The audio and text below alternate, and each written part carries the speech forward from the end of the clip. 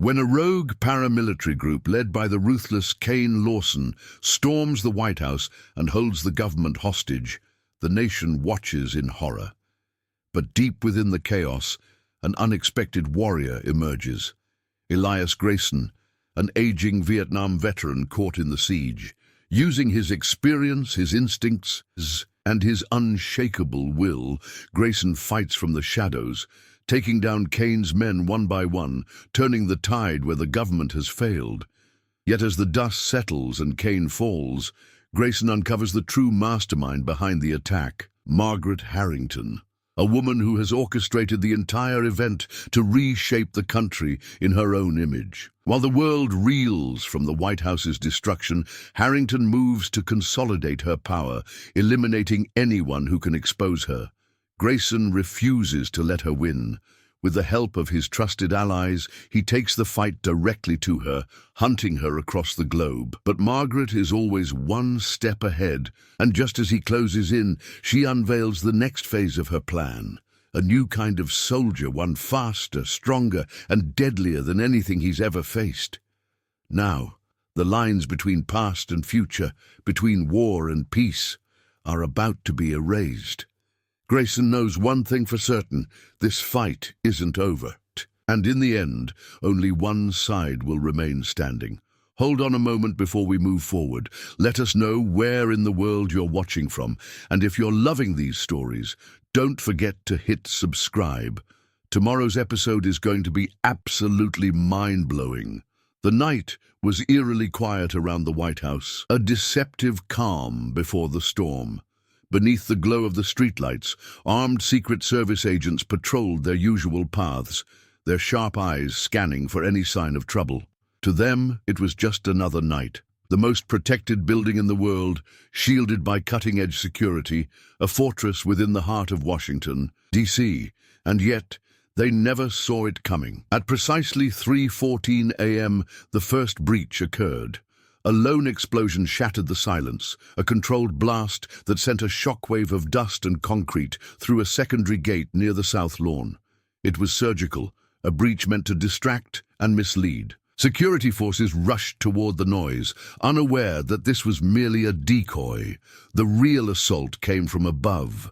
3 black helicopters, military-grade, fast and nearly silent, descended through the low cloud cover, evading radar detection thanks to an insider's knowledge of the White House's security gaps. The helicopters hovered just long enough to drop 24 figures, each clad in tactical gear, body armor, and night vision optics. They moved with deadly precision, their black boots barely making a sound as they landed on the executive residence's rooftop. The revenants had arrived. These weren't ordinary bikers. They were outlaws with military training, a gang forged in war, betrayal, and blood. Their leader, Kane Lawson, had designed the operation down to the second. Once a decorated Black Ops soldier, he had been abandoned on a mission, left to die, a betrayal that had fueled his transformation into something else, something lethal. And now he was here to settle the score. The infiltration security cameras flickered. A calculated cyber attack had crippled the White House's surveillance feeds for exactly 90 seconds, enough time for the revenants to bypass the rooftop sensors and move into the private quarters. From the West Wing, a rapid burst of suppressed gunfire signaled the team's first takedown. 2 Secret Service agents dropped, their bodies hitting the floor without a sound. Kane led the charge. He moved with the calm efficiency of a man who had seen war at its ugliest. His men fanned out, their movements flawless, executing the meticulously practiced plan. Hallway by hallway, they advanced, neutralizing agents before alarms could be triggered. Within 4 minutes, they had secured multiple key locations: the Oval Office, now under revenant control; the press briefing room, its cameras hijacked for a message that would soon shake the nation; the East Wing, where hostages, including senior staff, were being rounded up; and then came the final step, a message to the world. The nation watches in disbelief. At 3:23 a.m., every major news network was hijacked. The screens flickered, and suddenly there he was, Kane Lawson, seated behind the resolute desk in the Oval Office. leaning forward with the calm confidence of a man who had already won. The nation held its breath.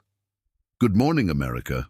Kane's voice was measured, a tone that sent ice through the veins of anyone listening.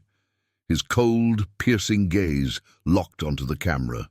"Tonight you will see the truth. You will see just how vulnerable your so-called leaders really are. This building, this symbol of power, was taken in under 10 minutes. Your government is weak, corrupt, and we are here to expose it." A Secret Service agent was shoved into the frame, blood trickling from a gash on his temple. The man refused to beg, his jaw clenched, his breaths heavy. Kane smirked, running a gloved hand along the desk. "If the government doesn't meet our demands, things will get very messy." And then the feed cut to black. The world was officially in chaos. The response from the Pentagon to emergency bunkers across the Capitol. Leaders scrambled for solutions. "How the hell did they get in?" barked General Marcus Holloway, his fists slamming against the Situation Room table. The president, safely evacuated to a classified location, was pacing, his face pale. "We can't storm the place," one of the Joint Chiefs warned, "not without risking hostages." "Then we find a way," Holloway growled. "We don't negotiate with terrorists." But even as they spoke, they knew this wasn't an ordinary terrorist attack. The Revenants had a plan. They had inside knowledge, and worst of all, they had time. An unlikely hero. Inside the White House, hidden within the shadows of history, someone was watching. Elias Grayson, an 80-year-old Vietnam veteran, had been asleep in a guest suite when the assault began. A former Green Beret, he had been invited to a commemorative event honoring veterans. He wasn't supposed to be here tonight. But fate had other plans. As Grayson pressed himself against the wall, listening to the tactical movement of the intruders, he felt his instincts awaken, that old soldier's calm in the face of war. The government was paralyzed. The country was helpless, which meant there was only one thing to do. Grayson exhaled slowly, his grip tightening around the decorative combat knife he had received earlier that day as a token of honor. "Well," he muttered to himself, "looks like I'm not done fighting just yet." The White House had fallen. Across the country, television screens had gone dark after Kane Lawson's chilling message, leaving millions of Americans frozen in disbelief. The most secure building in the world, symbol of power, democracy, and American strength, was under the control of an outlaw biker gang. The president was in hiding, the government in turmoil, and for the first time in modern history, the heart of the nation was a hostage to chaos. Inside the Situation Room, tension boiled into rage. The Joint Chiefs of Staff argued over possible responses, voices raised as maps were spread across the long table, showing every known security point of the White House now compromised. The National Security Advisor, a wiry man with sweat collecting on his brow, tried to keep the room from imploding. "We need tactical teams in there now," General Marcus Holloway demanded, his knuckles white as he leaned over the table. "Every second we waste, they tighten their hold." "The hostages," the Secretary of State countered. "You saw what they did to the Secret Service agent on camera. If we storm the building, they'll start executing people live on air. We can't risk it." General Holloway's nostrils flared. "And if we do nothing, they solidify their defenses. We let them settle in. This isn't just a protest or some lone wolf shooter barricading himself inside. They came prepared. They came to hold the White House." The president, sitting at the head of the table, rubbed his temples. His advisors were throwing solutions at him, each more reckless than the last. The Pentagon wanted a full breach operation, a Delta Force extraction team storming the building. The FBI pushed for negotiation, trying to stall for time. The CIA was convinced an inside leak had made this attack possible, demanding priority on identifying the traitor before acting. Meanwhile, the entire world watched, waiting for the United States to respond. Inside the White House, the Revenants were already digging in. Kane paced the length of the Oval Office, his gloved fingers trailing over the edge of the historic desk. The room smelled of gunpowder and sweat, the air thick with the weight of his presence. His men moved like ghosts through the hallways, securing their perimeter, setting up detonation charges at strategic entry points. The revenants weren't just here to make a statement, they were here to hold their ground. The hostages, a mix of senior White House staff, Secret Service agents, and political figures, were corralled into the state dining room, zip-tied and forced to their knees. A few of them were shaking, some silently praying. Kane stepped inside, his boots clicking against the polished floor. His second-in-command, Mason Brick Carter, stood near the doorway, arms crossed, his scarred face unreadable. Kane scanned the terrified faces in front of him, his expression unreadable. He had fought wars in silence, seen the corruption of this government firsthand, and now he held its throat in his hands. One of the hostages, a senior political aide, raised his chin, his voice shaking but defiant. "This won't last. You think you're in control, but you've just made yourselves targets. The full force of the military." A gunshot cracked through the air. A Secret Service agent slumped forward, his body hitting the floor, blood pooling beneath his head. Gasps and sobs filled the room. Kane exhaled, lowering his pistol. "I don't make threats," he said coolly. "I make examples." Silence stretched between them, thick with terror. He holstered his gun and turned back toward Brick. "Let them think they have time," he murmured. "The moment they come through that door, we remind them what a real war looks like." While Kane prepared for the counterattack, Elias Grayson moved unseen through the White House corridors.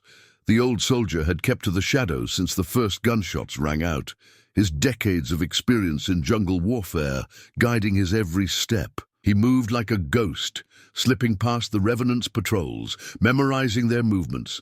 He wasn't just surviving, he was hunting. Near the east wing, he found his first opening. A lone biker, younger, inexperienced, stood near a service corridor, checking his weapon. Grayson moved quickly, silently, his combat knife flashing under the dim light. The blade sank deep, the biker's eyes widening in shock as Grayson twisted it with precision. He caught the body before it hit the ground, dragging it into the shadows. One down. He stripped the corpse of its radio, pressing it to his ear. Kane's voice crackled through the channel. "Secure the west wing. The first breach attempt is coming soon."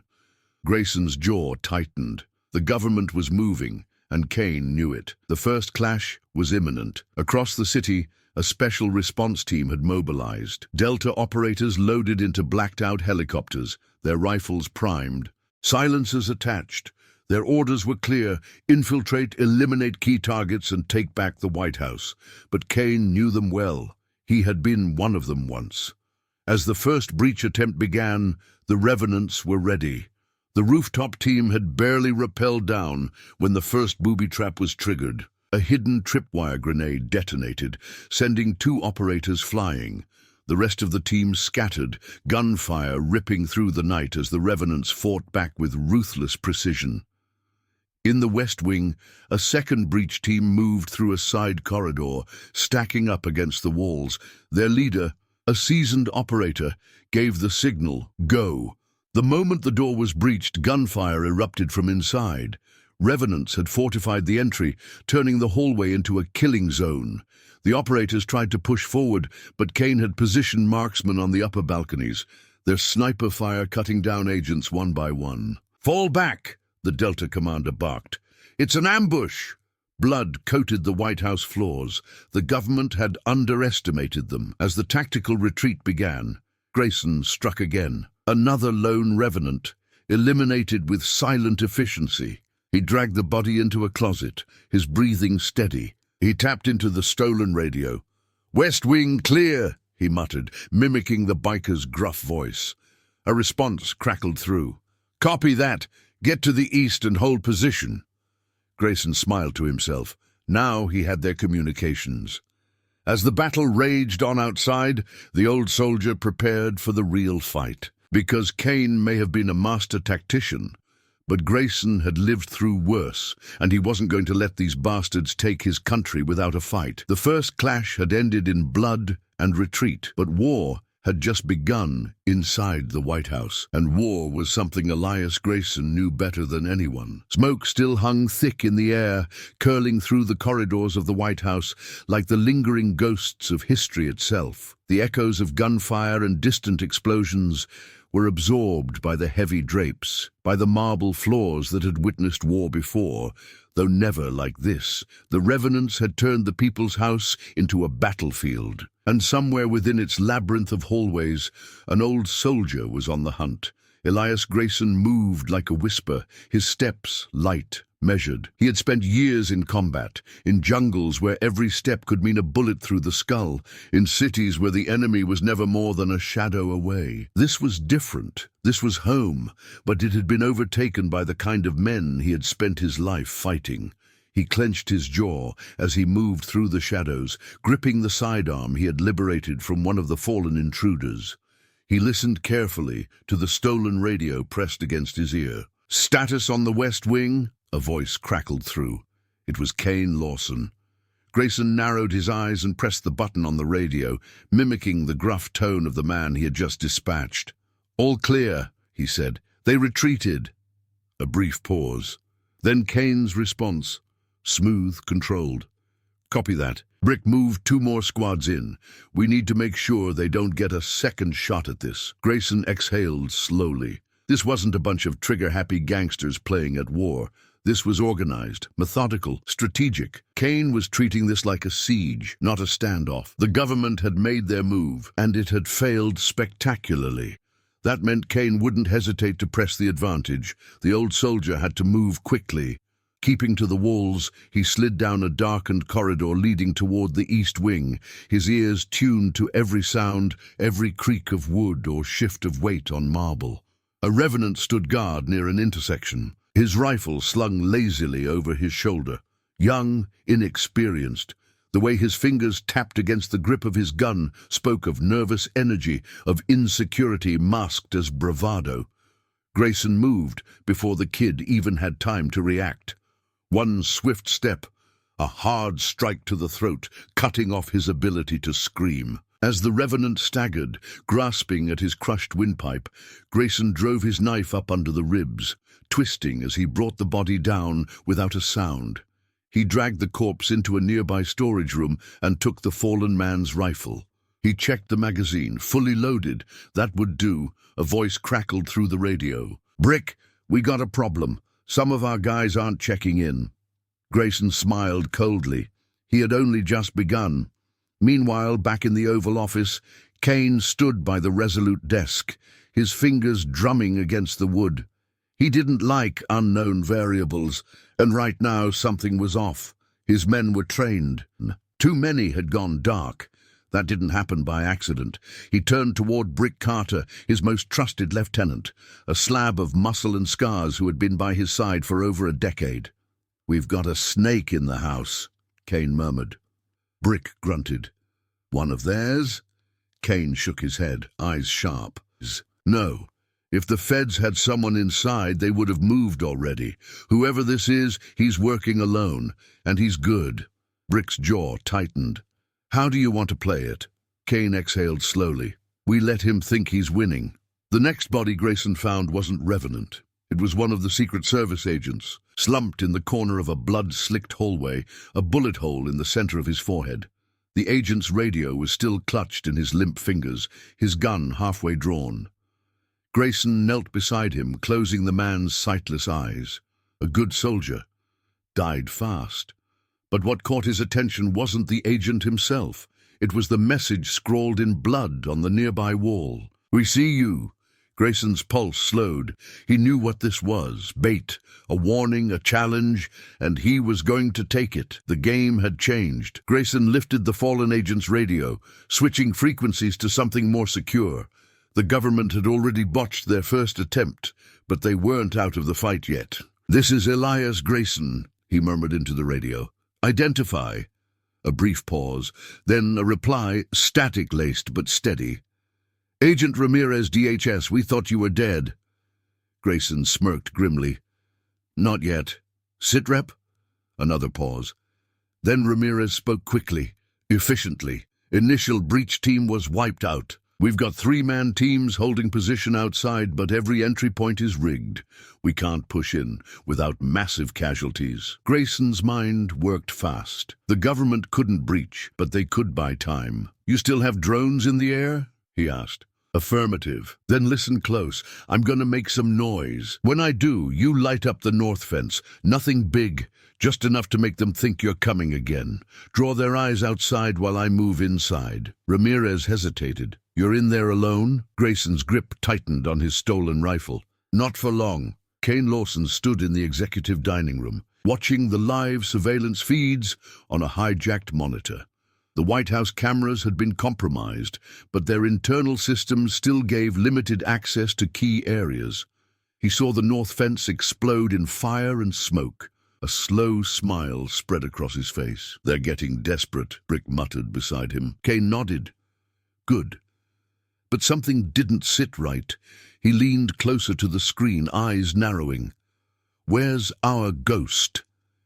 Grayson moved with deadly precision, weaving through the chaos as revenants scrambled toward the north side, thinking another assault was incoming. He picked his moment, slipping through the gaps, pressing deeper into enemy territory.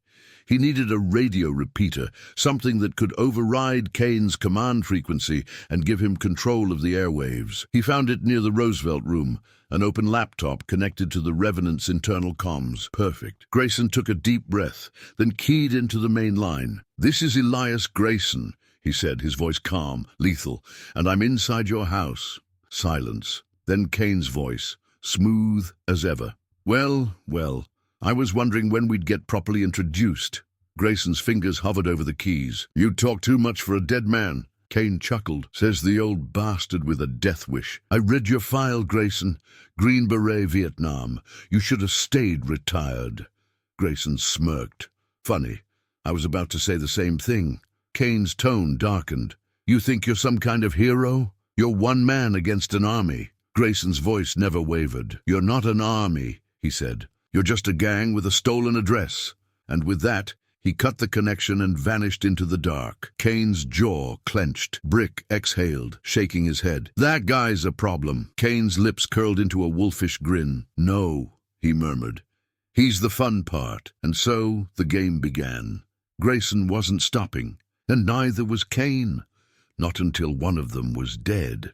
Elias Grayson had always believed in patience. He had learned it in the jungles of Vietnam, where the enemy moved like ghosts, where every leaf could conceal a tripwire, where silence was the deadliest weapon. But patience wasn't just about waiting. It was about knowing when to strike. Right now, inside the White House, occupied by a ruthless outlaw militia, Grayson was waiting. Not out of fear, not out of uncertainty, but because he was studying them, learning their rhythms, finding their weaknesses.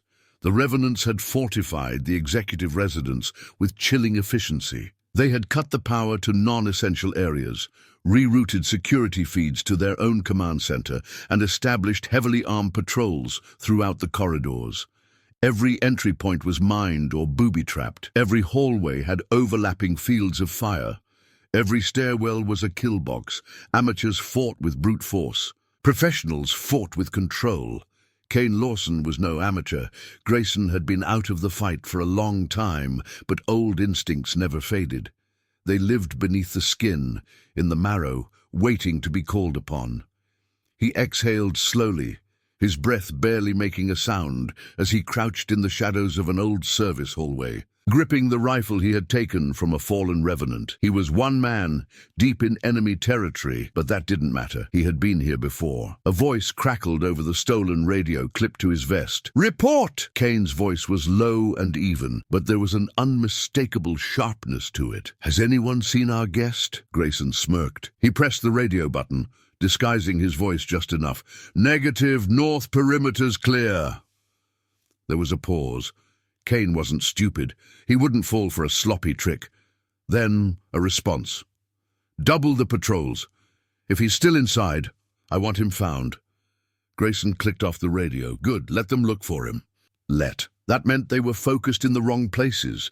That meant they weren't looking where they should be. That meant they weren't looking behind them.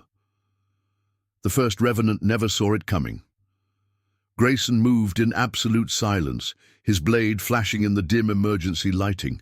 A single precise cut across the throat, and the man dropped before he could let out more than a strangled gurgle. Grayson caught the body, lowering it without a sound, his heartbeat never rising above a steady rhythm. One down. He moved deeper into the White House, slipping past rooms filled with priceless American history, now tarnished by boot prints, bloodstains, and the cold metal of automatic weapons. Kane's men had spread out across the East Wing, securing their foothold, but they weren't as disciplined as real soldiers. They were ex-military, maybe, some of them, but most were just killers with training. That was the difference. That was Grayson's advantage. Another revenant stood near an intersection, his rifle loose in his hands, watching the wrong angle. Grayson was on him before he could blink, one arm snapping around his throat in a silent chokehold, the other hand covering his mouth as he squeezed the life from him. The man struggled, his boots scraping against the polished floor, but Grayson didn't let go until he felt the last twitch of resistance fade. 2 down. He stripped the body of extra ammunition and a second radio. Always carry a backup. Grayson moved quickly now. The revenants were closing in, their patrols shifting as they swept through corridors, convinced they were hunting a man on the run. They didn't realize they were the ones being hunted. He heard voices up ahead, 3 men, armed, moving together. Grayson pressed himself into a shadowed alcove, his rifle raised. His breathing was steady, his grip firm. Wait for it. The first man stepped into the kill zone. Grayson squeezed the trigger once. A muffled theft from the rifle's suppressor. The bullet punched through the base of the man's skull, dropping him before the others could react. The second turned, startled. Grayson fired again, a quick, controlled burst. Chest, chest, head. The man collapsed, his weapon falling from his hands. The third man screamed, raising his rifle. Grayson was already moving, closing the gap in 2 strides, grabbing the barrel and yanking it aside just as the shot fired. The bullet slamming into the ceiling. Grayson drove his elbow into the man's jaw, snapping his head back, then spun the rifle around and fired point blank into his chest. 3 bodies hit the ground. The radio on Grayson's vest crackled. Kane's voice again. "Report!" Silence. Grayson picked up one of the fallen men's radios, pressed the button. "They're dead." Another long silence. Then Kane laughed, slow and measured. "Well now," he murmured. "Aren't you full of surprises?" Grayson didn't respond. He dropped the radio and kept moving. He needed to reach the state dining room. That was where Kane had kept the hostages. That was where this all began. But Kane wasn't waiting anymore. The ambush came fast. Grayson heard it before he saw it, the subtle shift in air pressure, the change in the echoes of footsteps. They were coming. He dove to the side just as gunfire erupted, bullets tearing through the walls, splintering wood and ripping through priceless paintings. Grayson rolled, snapping off return fire, but they were smart. They were moving in a flanking formation, cutting off escape routes. A grenade bounced down the hallway. Grayson didn't hesitate. He grabbed the nearest body and threw it on top of the grenade just before it detonated. The explosion shook the walls, but the body absorbed most of the force, the meat of the corpse turning into shrapnel. He was already moving before the dust settled. 2 men emerged from the smoke. Grayson fired twice, his rounds punching through their torsos. A third came from the side. Grayson spun, driving his knife into the man's ribs, twisting hard. Blood sprayed across his forearm. The last shooter hesitated just a second too long. Grayson fired. The man dropped. The hallway was silent again. Grayson exhaled sharply, his pulse still slow, controlled. He checked his ammunition, 2 magazines left. He needed to be smart. The radio crackled again. "You're getting old, Grayson." Kane's voice came through. "Your reactions are slowing. Took you longer to kill that last one." Grayson's grip tightened on his weapon. He didn't answer. "Come on, soldier," Kane continued. "You know how this ends. I've got the high ground, the numbers. You're a relic." Grayson smirked. "I've been hearing that for 40 years. Kane chuckled. Then let's finish this. Grayson checked his position. He was 2 turns away from the state dining room, 2 turns away from Kane. He rolled his shoulders, adjusted his grip on the rifle. This was what he did. This was what he was made for. And no matter how good Kane thought he was, Grayson had spent a lifetime fighting men just like him. Men who thought they were smarter. Men who thought they were faster. Men who thought they could win. Grayson always proved them wrong. He stepped forward, deeper into the war zone, deeper into the White House, toward the final battle that was waiting for him. He was not going to die tonight. Not until every single one of these bastards was dead first. Elias Grayson moved through the halls of the White House with a soldier's patience. His breathing steady, his mind focused on the next kill. The bodies he left behind were silent casualties of war, reminders that age had not dulled his instincts, that experience was its own kind of weapon. The revenants might have taken the White House, but they had underestimated what it meant to fight a man like him. He pressed himself against the cool marble wall, scanning ahead. The state dining room was 2 halls away, but Kane's men were closing in. They had started to move differently, no longer just patrolling. They were hunting him. He had killed too many of them, disrupted their movements, made himself a priority target. That meant Kane knew he was close. That meant the trap was coming.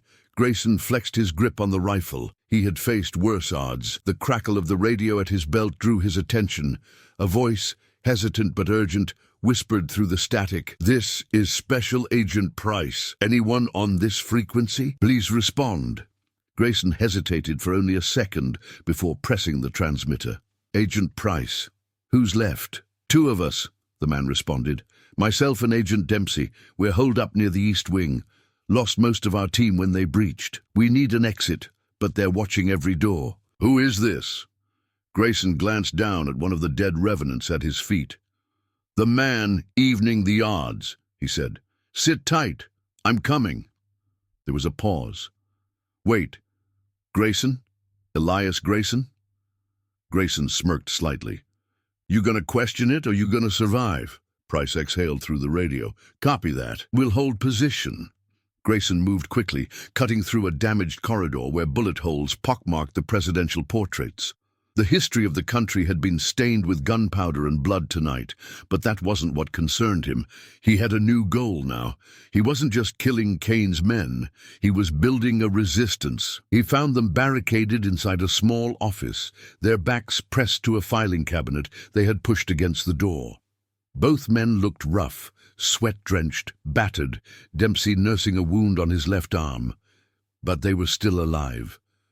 Price's eyes widened when he saw Grayson, as if he was staring at a ghost. "I can't believe it. They said you were dead," Grayson interrupted, checking the hallway before stepping inside.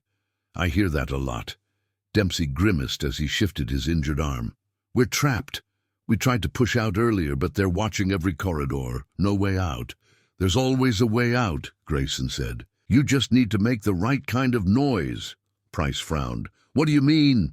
Grayson pulled the second radio he had stolen from one of the fallen revenants, tuning it to Kane's frequency. He held it up so they could hear. "We're bleeding bodies," one of the revenants reported, his voice tense. "This guy, whoever the hell he is, he's cutting us down like we're nothing." Kane's voice came through a second later, calm but edged with frustration. "Then stop playing with him and finish it." "We're trying," the revenant argued. "He's too fast.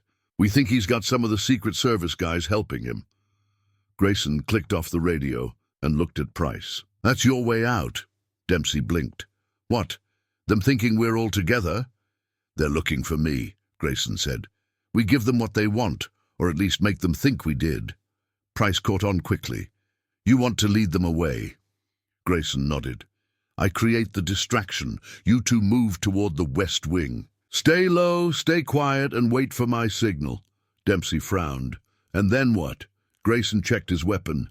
"Then we take the White House back." The plan moved fast. Grayson stepped into the hall and fired a single round into the ceiling, just enough noise to draw the wolves. They came fast, boots pounding against the floor, shouting to each other as they moved toward the sound. Grayson took off in the opposite direction, cutting down a side corridor, his presence a ghost in the machine. The revenants poured in after him, some firing blindly, others trying to corner him. But he was already gone. Price and Dempsey moved. They cut through the abandoned halls, avoiding the distracted revenants, their breaths held tight as they slipped past the chaos. They had no illusions. If they were caught, they were dead.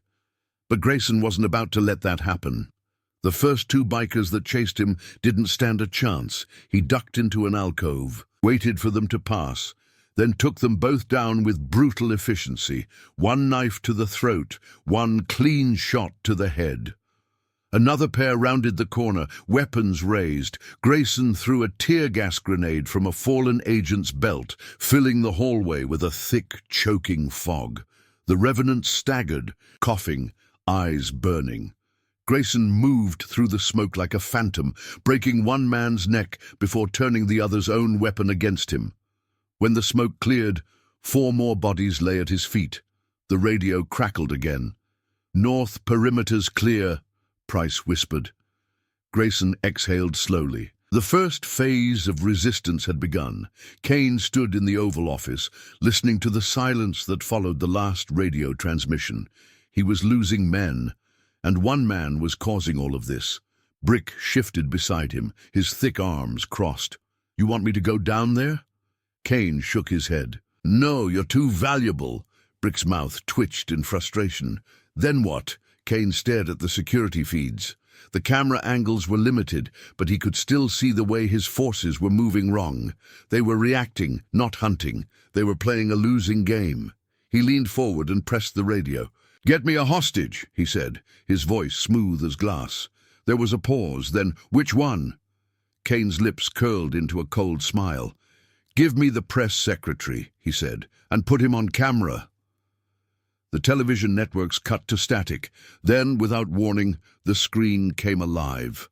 America stopped breathing. Kane sat in the Oval Office, his boots propped up on the resolute desk, a calm expression on his face. And beside him, on his knees, was the White House press secretary, a gun pressed against his skull. Kane tilted his head, watching the camera. "You're all watching," he said, his voice steady. "You all saw what happened when your government tried to take this place back. They failed, miserably, and now I want to make something very clear." He grabbed the press secretary by the hair, forcing his face up toward the camera. "If another soldier, another team, another pathetic attempt comes through that door," Kane's voice dropped lower, sharper, "I execute a hostage on live television. And I keep doing it until there's no one left." A pause, a slow, measured smile. "Your move, Mr. President." The screen cut to black. The world stood still. Inside the White House, Elias Grayson clenched his fists. He had fought men like Kane before, men who thought terror was a weapon, men who thought fear was power. He was going to remind Kane Lawson of something very important. Real power wasn't in threats. Real power wasn't in violence. Real power was in those willing to fight back. And Elias Grayson was just getting started. The broadcast sent a shockwave through the nation. Every television in America had gone black after Kane's words, but the impact lingered. Social media exploded. News anchors sat in stunned silence. Politicians scrambled, some calling for immediate military intervention, others insisting on negotiations. The White House was the center of the free world, and now it was a prison.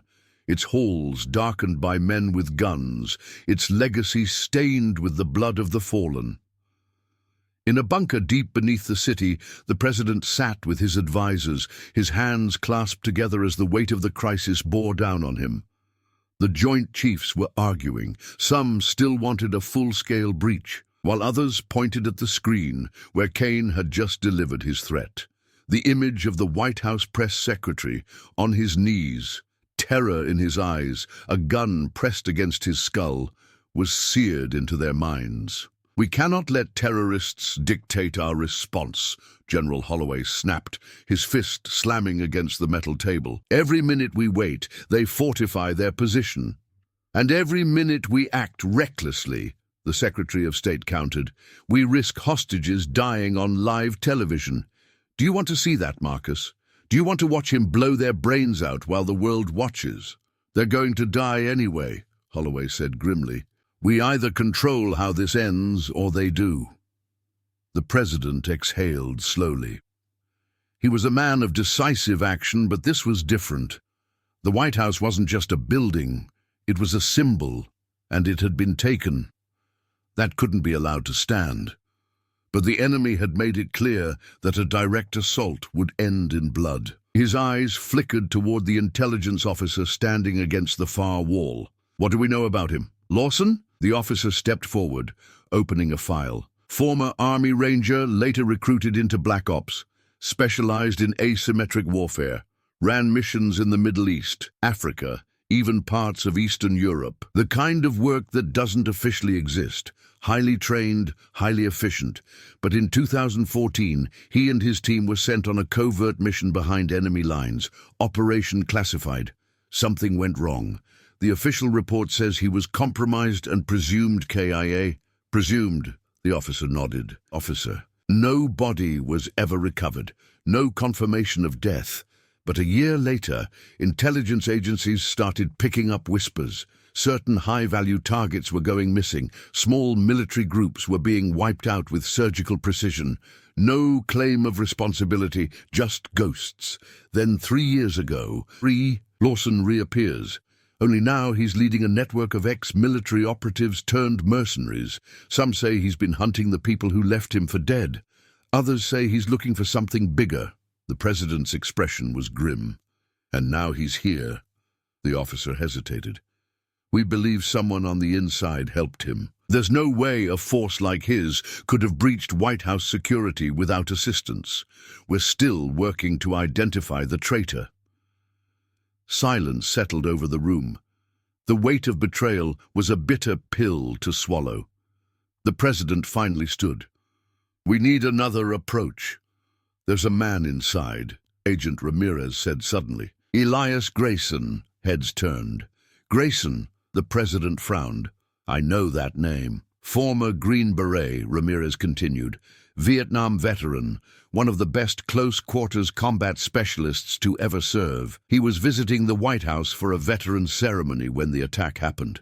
We've confirmed multiple reports. He's already taken down at least 8 of Kane's men. He's our best shot at getting eyes on the situation from the inside." Holloway leaned forward. "You're telling me an 80-year-old is our inside man?" Ramirez's gaze was steady. "I'm telling you that if anyone can stop Kane Lawson, it's Elias Grayson."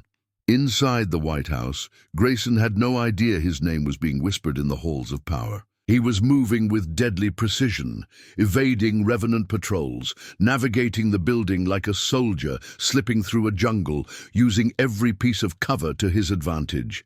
He had spent the last 2 hours thinning their numbers, striking fast and vanishing before they could react. They were on edge now, spooked, looking over their shoulders, expecting death to emerge from the shadows. But Kane had adapted. Instead of simply reinforcing his men, he had changed tactics. He wasn't hunting Grayson anymore. He was drawing him out. Grayson realized the shift too late. The moment he turned a corner, he saw them. Hostages. 3 White House staffers, blindfolded on their knees, hands zip-tied behind their backs. A single revenant stood behind them, gun in hand, waiting. And then the voice crackled over his stolen radio. "Come on, Grayson." Kane's voice was almost amused.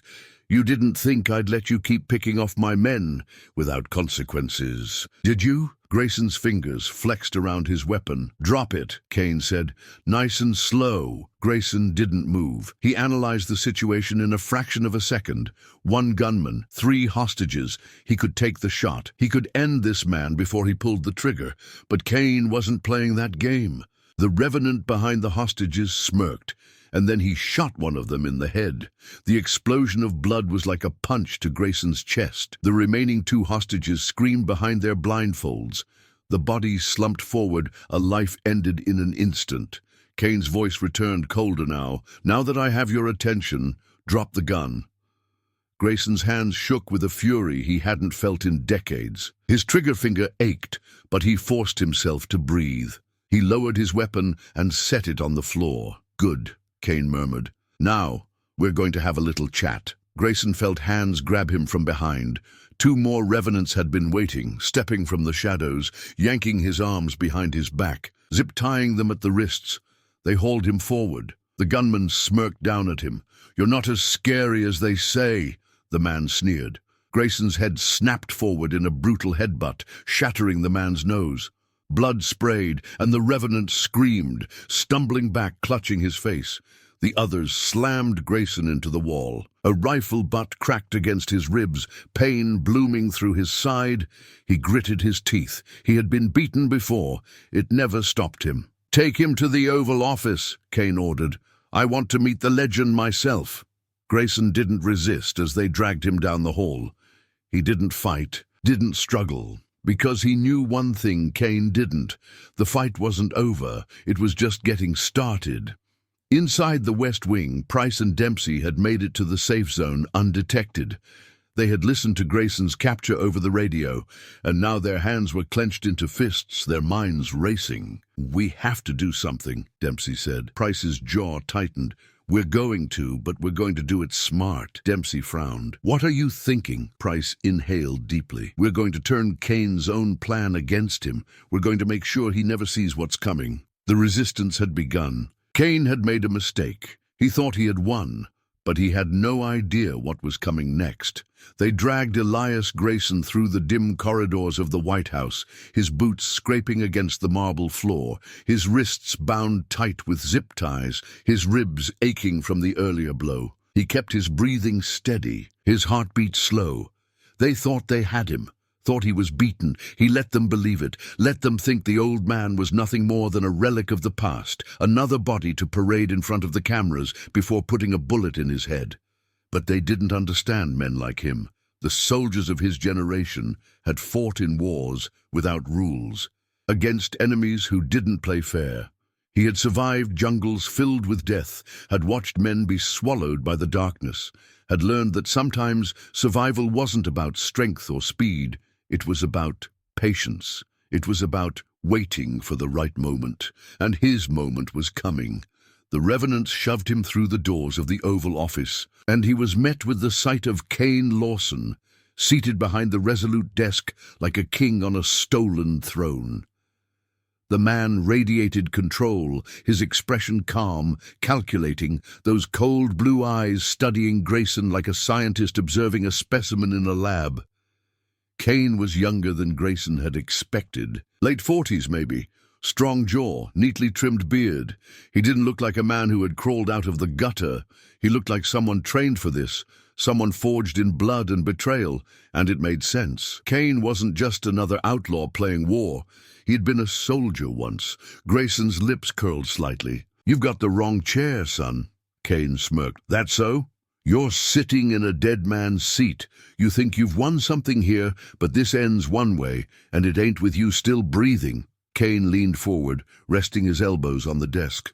"I have to admit, I wasn't expecting you to be my biggest problem tonight. My men have spent the last few hours tripping over their own corpses because of you. I thought the government would be the real threat, that the feds would send in their best. Instead, I get an 80-year-old ghost tearing through my ranks like we're back in Saigon." Grayson didn't react.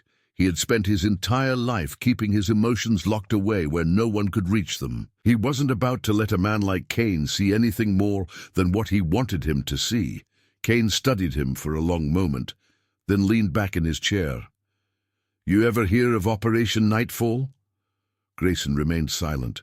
Kane continued. 2014, classified Black Ops mission, deep cover infiltration in a hostile zone. But something went wrong. The team was compromised, left behind. A full squad of elite operatives abandoned to die. I was part of that squad. His voice hardened. I waited for an extraction that never came, watched my men get slaughtered one by one, and when I finally made it back, the government erased us, pretended we never existed. That's the world you served, Grayson. That's the world you're fighting for right now. Grayson exhaled slowly.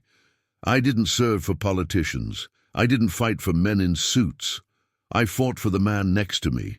And I kept fighting, even when the war was over. You let bitterness turn you into something worse than the enemy. Kane's expression darkened. No, old man. I became exactly what they made me. Brick, Kane's hulking second-in-command, stepped forward. Let me put a bullet in him. The longer we wait, the more trouble he causes. Kane held up a hand. Not yet. His gaze stayed locked on Grayson. You're a soldier. You understand tactics. You know when a war is lost. So tell me, Grayson, what's your play here? You're outnumbered, outgunned. You've got no backup.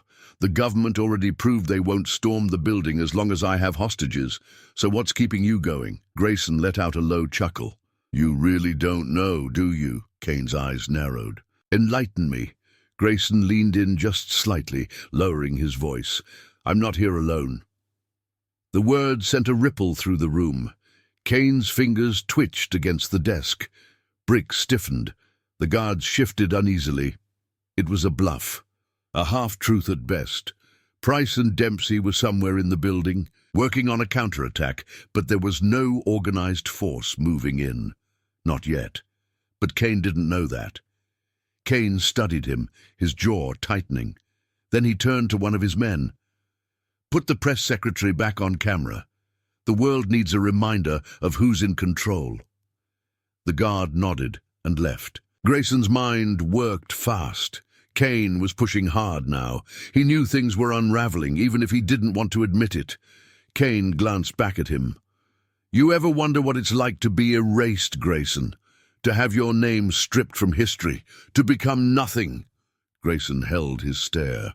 I don't need history to remember me. The men I served with, they remember. The people I fought for, they remember.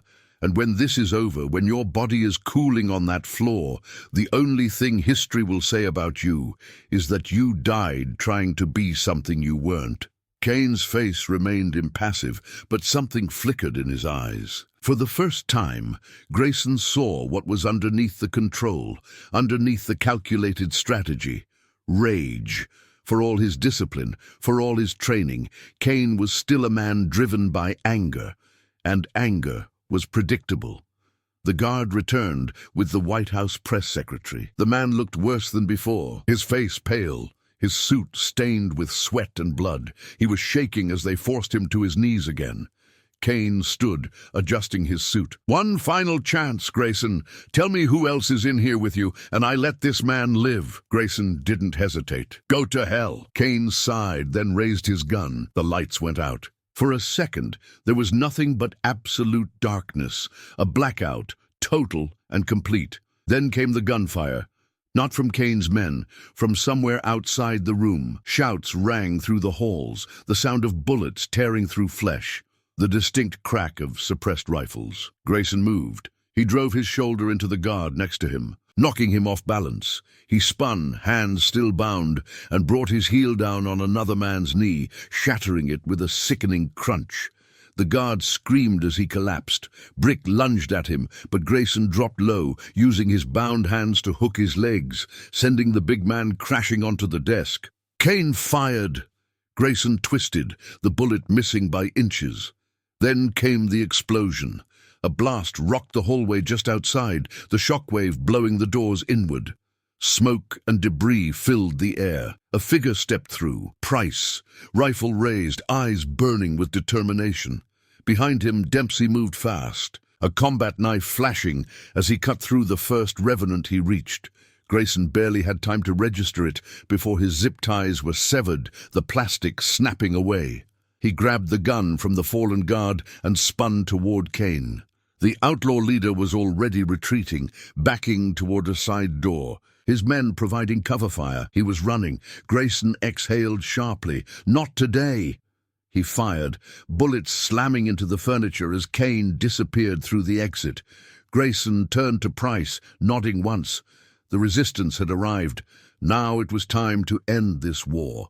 Kane Lawson vanished through the side door before Grayson could land a kill shot, the outlaw's shadow disappearing down a corridor that led deeper into the White House. Gunfire crackled in the background as revenants engaged Price and Dempsey, but Grayson didn't stop to help. He had only one objective now. Kane was running, and he wasn't going to get far. Grayson moved, his body still aching from the blows he had taken, but pain was a distant thing, something to be dealt with later. His boots barely made a sound as he pursued, weaving through the smoke-filled corridors, rifle raised, finger loose on the trigger. He knew men like Kane. They didn't retreat unless they had a plan. Kane wasn't fleeing in fear. He was leading Grayson somewhere. That was fine. Grayson had spent years walking into traps just to spring them on his enemies instead. His radio crackled with Price's voice. "Grayson, what's your position?" "Tracking Lawson," Grayson muttered, slipping through a shattered doorway. "Keep pushing forward. Keep their men distracted. I'm ending this." "We're holding," Price responded, "but they're still dug in near the south wing. Feels like they're stalling." Grayson knew exactly why. Kane needed time to get to whatever contingency plan he had waiting. But he wasn't going to get it. Ahead, a single light flickered in the hallway. The air filled with the acrid stench of gunpowder. Grayson slowed his pace. Knowing Kane was close, he moved to the edge of the next room and peered inside. And then he saw the bodies. 3 revenants, dead, each with a bullet hole in the head. Grayson's pulse slowed. Kane had killed his own men. Not for disobedience, not for failure, for a distraction. Grayson turned sharply, expecting an ambush. But it was already too late. The gunshot slammed into his shoulder, sending him staggering back into the wall. The pain flared white-hot, but Grayson didn't hesitate. He dropped to one knee, bringing his rifle up, squeezing off 3 quick bursts into the darkness where the shot had come from. The bullets missed, but Kane's laughter echoed down the hall. "You're good, old man," Kane's voice taunted from the shadows, "but you're bleeding." Grayson pressed his free hand against his shoulder, feeling the warmth of his own blood soaking into his sleeve. The shot had been high, missed the bone, painful, but not lethal. "You're talking too much," Grayson called out. "You don't believe you can win this." Kane stepped into the flickering light, gun in hand, eyes filled with something colder than anger. Control. "Oh, I've already won," Kane said, tilting his head.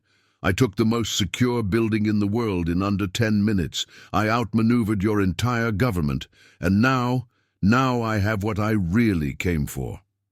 Grayson's grip tightened on his rifle. "And what's that?" Kane smirked. "I have time." Grayson exhaled sharply. That's what all of this had been about. The public spectacle, the hostages, the drawn-out confrontation. Kane hadn't been planning for a victory. He had been planning for a delayed response. The government had been too careful, too hesitant to act because of the hostages. And in that hesitation, Kane had set something else in motion. Grayson's mind raced through the possibilities. A data hack, a bombing operation, a false flag attack somewhere else. His instincts screamed that it was worse. Kane took a step closer. "I know what you're thinking, Grayson. That you can stop me, that you can turn this around. But you're out of time. You've already lost." Grayson didn't hesitate. He squeezed the trigger, firing directly at Kane's chest, but Kane moved fast, diving to the side, the bullets sparking off the wall behind him. Grayson pushed forward, forcing the fight into close quarters, but Kane was already retreating again, disappearing through another doorway. Grayson gritted his teeth. Kane was leading him somewhere. Fine. Grayson followed, moving past another dead revenant, executed just like the others. Kane was cutting down his own men to keep Grayson on edge, to make him question who the real enemy was, but Grayson wasn't falling for it. He tracked Kane through the halls, blood still seeping from his wound, but the pain was secondary. His focus narrowed, his mind pulling him back to old wars, old missions. He was hunting now, moving on instinct alone. Then he stepped into the next room and froze. The presidential emergency briefing room. The monitors were still active, security feeds showing different key locations across the country, government buildings, military bases, financial hubs. Kane stood in the center of the room, hands in his pockets, watching the screens with a look of satisfaction. Grayson raised his rifle. "Tell me what you did." Kane chuckled. "It's already happening, Grayson." Grayson stepped forward. "Tell me what you did." Kane finally turned to face him. "You think I care about this building? About sitting behind the president's desk? This was never about power, old man. It was about breaking the illusion. I wanted the world to see just how weak their leaders are. And now they see it." Grayson's finger tightened on the trigger. "You still haven't answered my question." Kane smirked. "Multiple coordinated strikes, different locations, different methods, some cyber, some bombs, some quieter." He gestured to the screens. "And your government? They're still sitting in their bunker, trying to figure out how to negotiate with a ghost." Grayson's stomach hardened into ice. This wasn't just about the White House. Kane had used this as a smokescreen for a much larger attack. The rifle didn't waver. "Shut it down." Kane spread his arms. Too late. Grayson didn't hesitate. He fired. The bullet slammed into Kane's thigh, sending him crashing to the ground. Kane let out a sharp grunt of pain, his hands clutching his leg, but he still managed to grin. "You're too late, soldier." Grayson stepped closer, gun still raised. "Maybe." Kane laughed through the pain, blood pooling beneath him. "Go ahead. Kill me. Won't change a thing." Grayson didn't fire. Instead, he grabbed the nearest keyboard, yanking it toward him. He wasn't an expert hacker, but he knew enough to recognize a live signal when he saw one. Kane's men had routed everything through an external network, controlling the attacks from an outside source. That meant there was still a chance to stop it. Kane's laughter faltered slightly as Grayson's fingers flew across the keys. "What the hell do you think you're doing?" Grayson didn't answer. He kept working, forcing a system override, cutting into the link Kane had established. Kane lunged forward, trying to stop him. Grayson smashed the butt of his rifle into Kane's face, knocking him unconscious. Then he kept working. One by one, the feeds went dark. One by one, the attacks were severed before they could be fully executed. Grayson's breathing slowed. He had stopped most of it, not all of it. But most. And that would have to be enough. He exhaled, looking down at Kane's unconscious form. Then he reached for his radio. "Price, Dempsey." His voice was rough, exhausted. "Get in here." A pause. Then Price's voice. "Grayson, what's your status?" Grayson stared down at Kane, then at the monitors now filled with static. "Mission complete."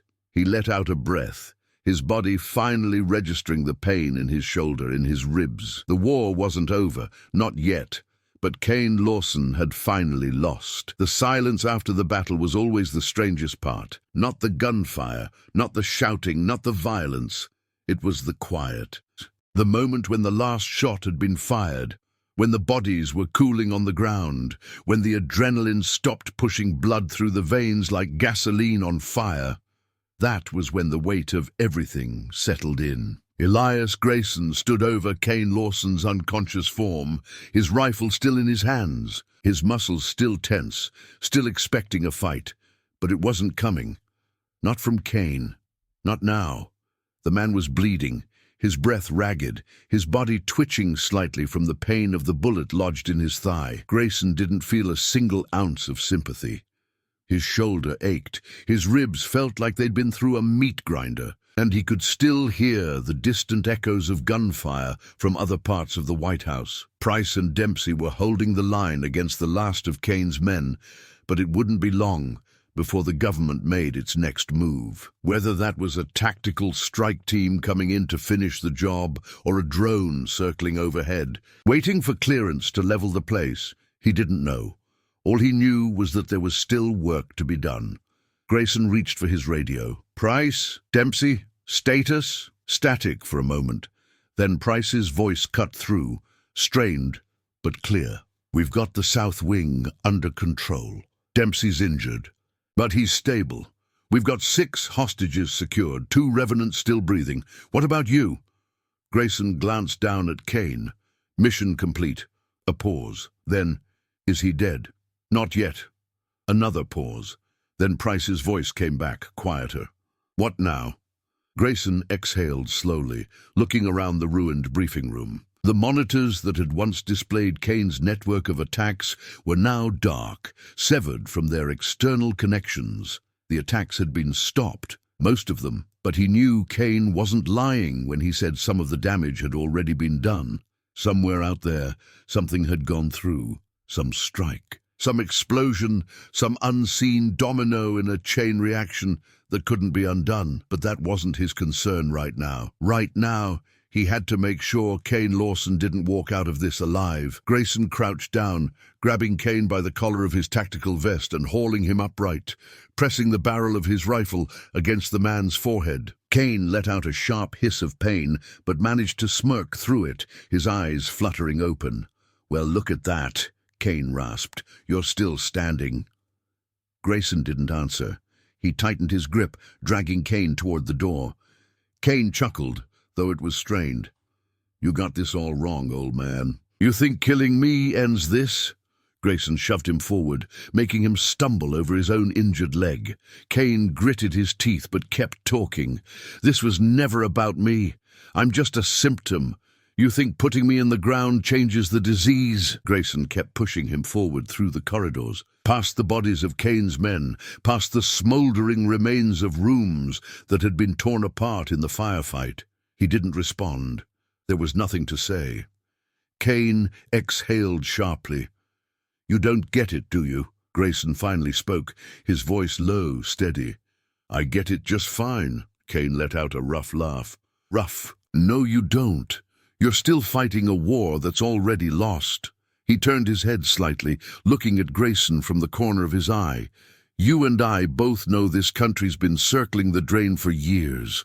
Corruption, incompetence, leaders who don't give a damn about the people they're supposed to serve. I just gave the world a reason to see it." Grayson slammed him against the nearest wall. "You're not a revolutionary. You're a thug who used to wear a uniform. Don't pretend you did any of this for anyone but yourself." Kane's smirk faltered for a moment, but then he shook his head. "You're wrong. And when they kill me, because they will, you'll see I was right. The system's broken, old man, and it's gonna eat itself alive." Grayson didn't waste any more time. He kept moving, dragging Kane down the final stretch of corridor toward the state dining room, where Price and Dempsey were waiting. The moment Grayson stepped inside, Price turned, gun raised. When he saw Kane, he let out a sharp breath. "Damn! You actually did it!" Grayson shoved Kane forward, sending him crashing to his knees. "Secure him!" Dempsey, despite the bandage wrapped around his side, stepped forward and zip-tied Kane's hands behind his back. Kane didn't resist. Price crouched down beside him, studying him. "So this is the bastard who took over the White House." Kane grinned, and almost got away with it. Price's jaw tightened.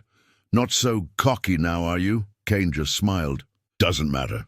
You think putting me in cuffs means any of this is over? You think your government's going to parade me on TV? Let me stand trial? No. I die here one way or another. And when I do, it won't be a loss. It'll be a statement." Dempsey scoffed. "You're not as important as you think." Kane smirked. "You'll see." Before anyone could say another word, the radio crackled. A voice, urgent, strained. "Unknown helicopters inbound. Repeat, we've got 3 inbound birds. ETA 2 minutes. Grayson's stomach tightened. Price's eyes snapped up. "What the hell is that?" Dempsey cursed under his breath. "They're coming to finish this." Grayson's grip on his rifle tightened. It wasn't over. Not yet. Whoever was coming, it wasn't for a rescue.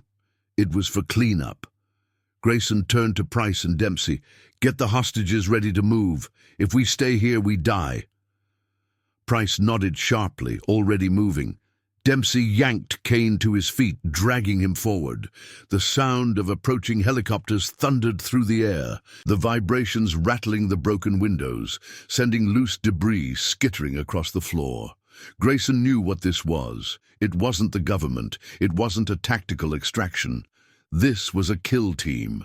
The people who had sent Kane to die years ago weren't about to let him be captured alive. Grayson had fought his war. Now he had to survive the cleanup.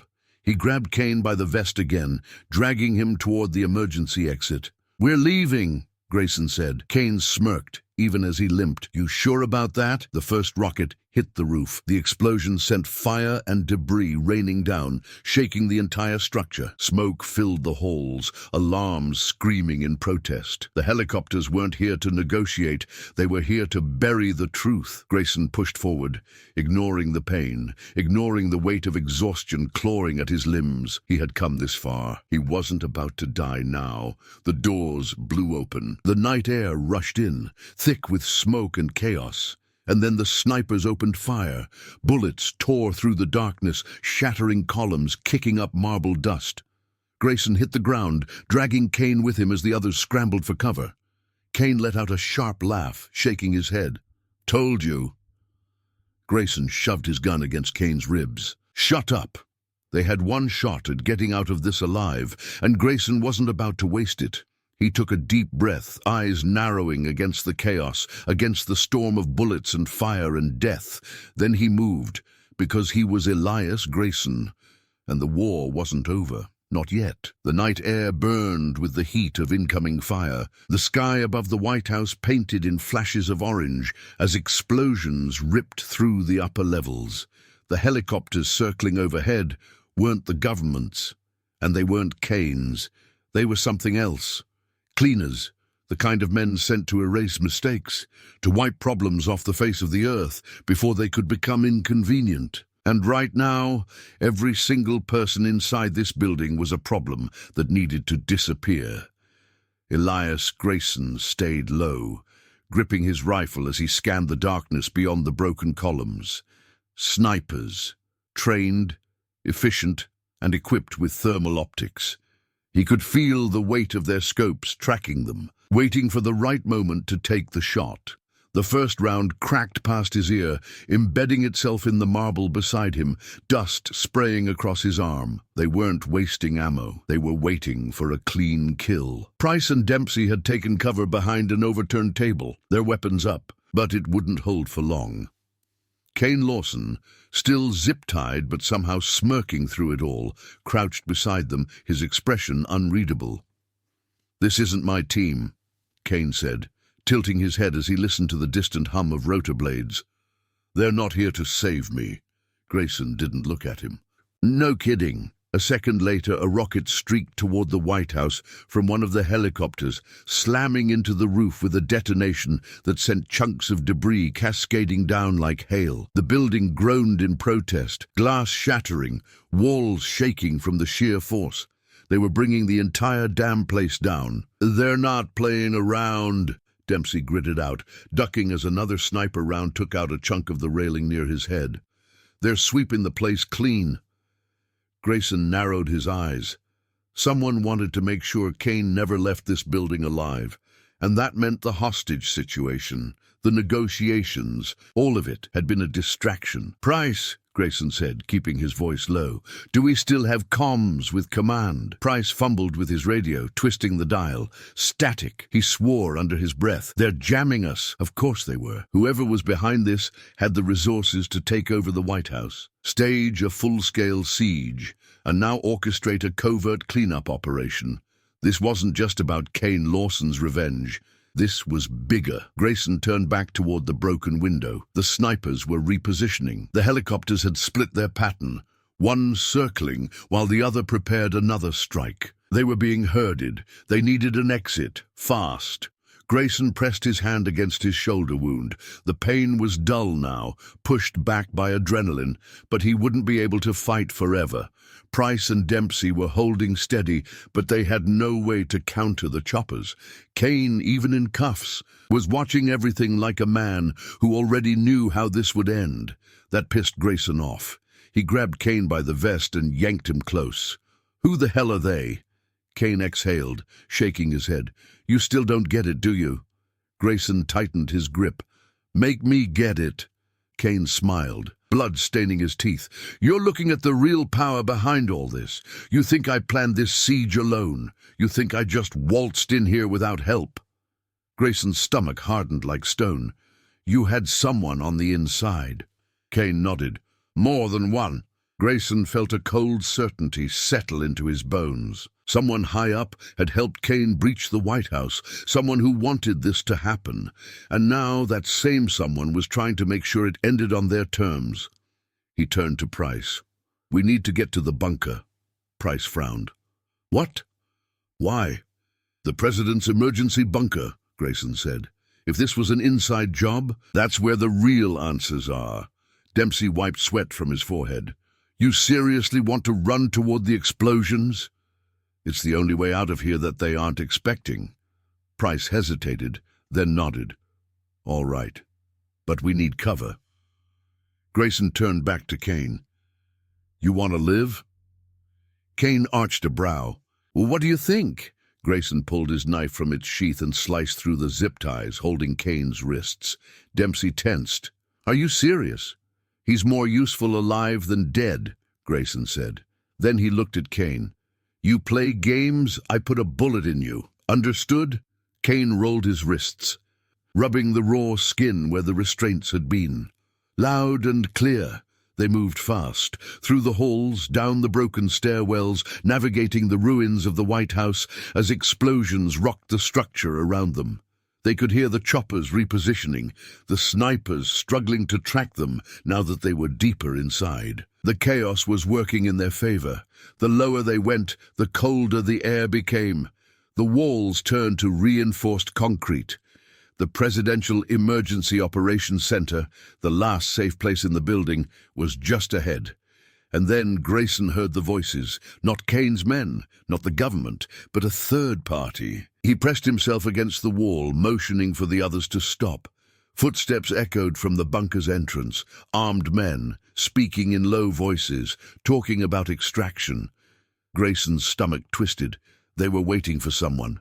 Price met his gaze. "Inside job," he mouthed. Grayson nodded. Whoever these men were, they weren't here to rescue the government. They were here to clean house. Grayson turned back to Kane. Who were they waiting for? Kane's smirk was gone now. His expression was carefully blank. "Not me," Grayson gritted his teeth. "Then who?" Before Kane could answer, the bunker doors opened. A man stepped out. A man Grayson recognized. Not a soldier, not a terrorist, but a politician. Secretary of Defense William Harrington. Grayson's blood ran cold. Harrington's face was pale, sweat beading along his brow. He adjusted his tie, stepping into the corridor like a man about to disappear from history. The armed men around him, private security, not military, were escorting him toward an unmarked exit. He was leaving. He had orchestrated this entire thing and was now walking away clean. Grayson's instincts took over. He stepped forward, rifle raised, voice low and deadly. "Where the hell do you think you're going?" "Harrington!" The guards turned, raising their weapons. The moment stretched thin as a razor's edge. Harrington's eyes widened when he saw Grayson. Then he let out a breath. "Jesus Christ!" Grayson took another step forward. "You planned this." Harrington's mouth twitched. "You don't understand." "Make me understand," Grayson said coldly. Harrington exhaled, rubbing his temple. "This country was already falling apart, Grayson. The government is bloated, weak, incapable of protecting its own citizens. Kane wasn't wrong about that. We just needed a catalyst, something to shake the system, something to make people see." Grayson's pulse hammered in his ears. "So you let him take the White House?" Harrington's expression hardened. "I let things run their course." Grayson tightened his grip on his rifle. "How many people did you expect to die for your little wake-up call?" Harrington didn't answer. Kane let out a sharp laugh. "Told you!" Grayson exhaled slowly. Then before anyone could react, he pulled the trigger. The shot hit Harrington square in the chest. The Secretary of Defense staggered backward, blood blossoming across his suit, eyes wide in shock. The guards reacted a second too late, stunned by the sheer finality of it. Grayson didn't hesitate. He turned his rifle on the security detail and kept firing. Because this wasn't a rescue, this was a purge, and he was done playing by their rules. The gunshot that tore through Secretary of Defense William Harrington's chest was still ringing in Elias Grayson's ears when the man staggered back against the cold concrete wall of the bunker corridor. Blood soaked through his pristine suit, his lips parted in a gasp of disbelief. He had orchestrated the takeover of the White House, had played both sides, and in his final moments he still seemed shocked that someone like Grayson would pull the trigger. Harrington's body slumped to the floor, and for the briefest moment, the world stood still. Then all hell broke loose. His security detail, black-clad operatives who weren't government but weren't amateurs either, reacted a second too late, momentarily stunned that their employer had just been executed. Grayson took advantage of that hesitation. He pivoted, rifle up, firing 2 quick bursts before they could recover. The first man took a round to the throat, blood spraying across the bunker door. The second ducked, returning fire, his rounds sparking off the concrete walls. Price and Dempsey were already moving. They flanked the remaining guards, unloading controlled shots into their vests. Armor-piercing rounds punched through Kevlar, and in seconds, 3 more bodies hit the ground. But the fight wasn't over, not even close. One of the guards, bleeding out but still alive, reached for a device strapped to his vest. A trigger. Grayson saw it too late. The man grinned through bloody teeth. "For the cause!" Grayson lunged, but the guard slammed his hand down on the button. The world shook. Somewhere deeper in the bunker, an explosion ripped through the lower levels, sending tremors through the concrete beneath their feet. The lights flickered, alarms blared, and smoke began pouring from vents along the hallway. Price coughed, waving at the thickening haze. What the hell was that? Dempsey checked his radio. Hearing chatter, multiple secondary explosions in the sub-levels, they wired the place. Grayson exhaled sharply. Of course they did. This hadn't just been a coup. It had been a trap from the start. Kane, still zip-tied but watching with amusement, chuckled. "Well, look at that. You killed the wrong guy." Grayson grabbed Kane by the collar, slamming him against the wall. "What the hell did they just blow up?" Kane didn't even flinch. "Not my call." Grayson's grip tightened. "I'll make it your call." Kane smirked. "Doesn't matter. Whatever was down there, it's gone. And you can bet your ass it wasn't something your government wanted exposed." Grayson gritted his teeth. He didn't have time for Kane's smug riddles. The building was becoming unstable, and if they didn't move now, they weren't getting out. Dempsey pointed down the corridor. "That blast took out the direct route to the main exit.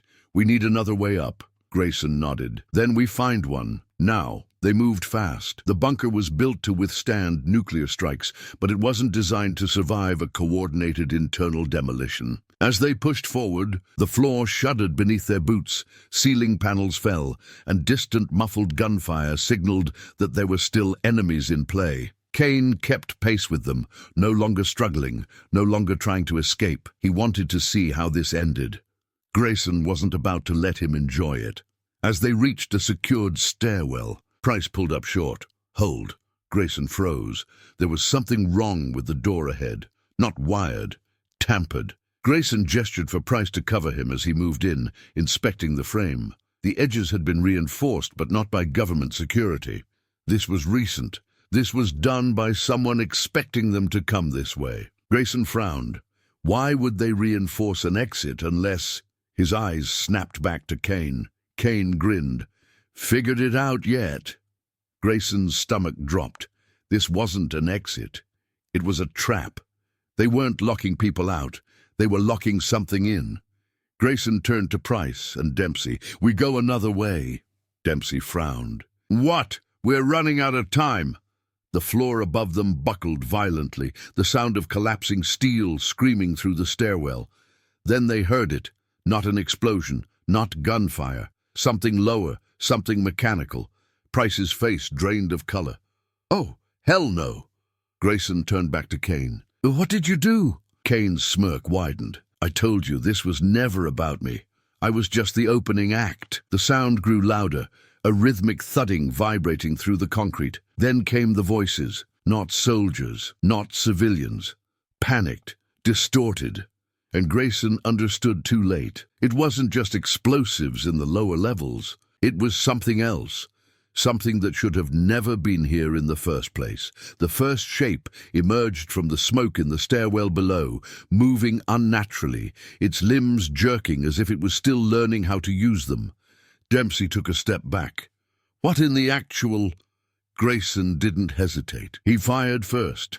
The bullet punched through the thing's skull, but it kept moving. Another one stepped into the light, then another. Not just one, not just two, a dozen. Men in tattered military uniforms, eyes blackened, skin grey, bodies half destroyed, but still walking. Dempsey froze. What the hell? Grayson's stomach turned to ice. He'd seen a lot in his life, fought in wars that people pretended never happened, killed men whose names never made it into the books. But this was impossible. Kane watched with amusement. Elias Grayson had seen war, seen death, seen the ugliest things men could do to one another. But nothing had prepared him for this. The figures emerging from the smoke in the lower stairwell weren't just men. They were ruins of men, soldiers whose bodies should have stopped moving long ago. Their uniforms were torn, their faces twisted into grotesque parodies of what they once were. But they kept coming, their steps unsteady, their eyes black voids of something beyond death. Dempsey cursed under his breath, stumbling back. This isn't possible. Grayson didn't have time to think about how possible it was. His instincts took over. He fired again, a controlled burst, straight to the center mass of the nearest target. The rounds punched through, but the thing barely flinched. It staggered for a half-second before lunging forward, mouth opening in a snarl that was more animal than human. "Headshots!" Grayson barked. "Put them down for good!" Dempsey snapped out of his shock and fired. His first shot clipped one of the figures in the shoulder, spinning it sideways, but his second hit true.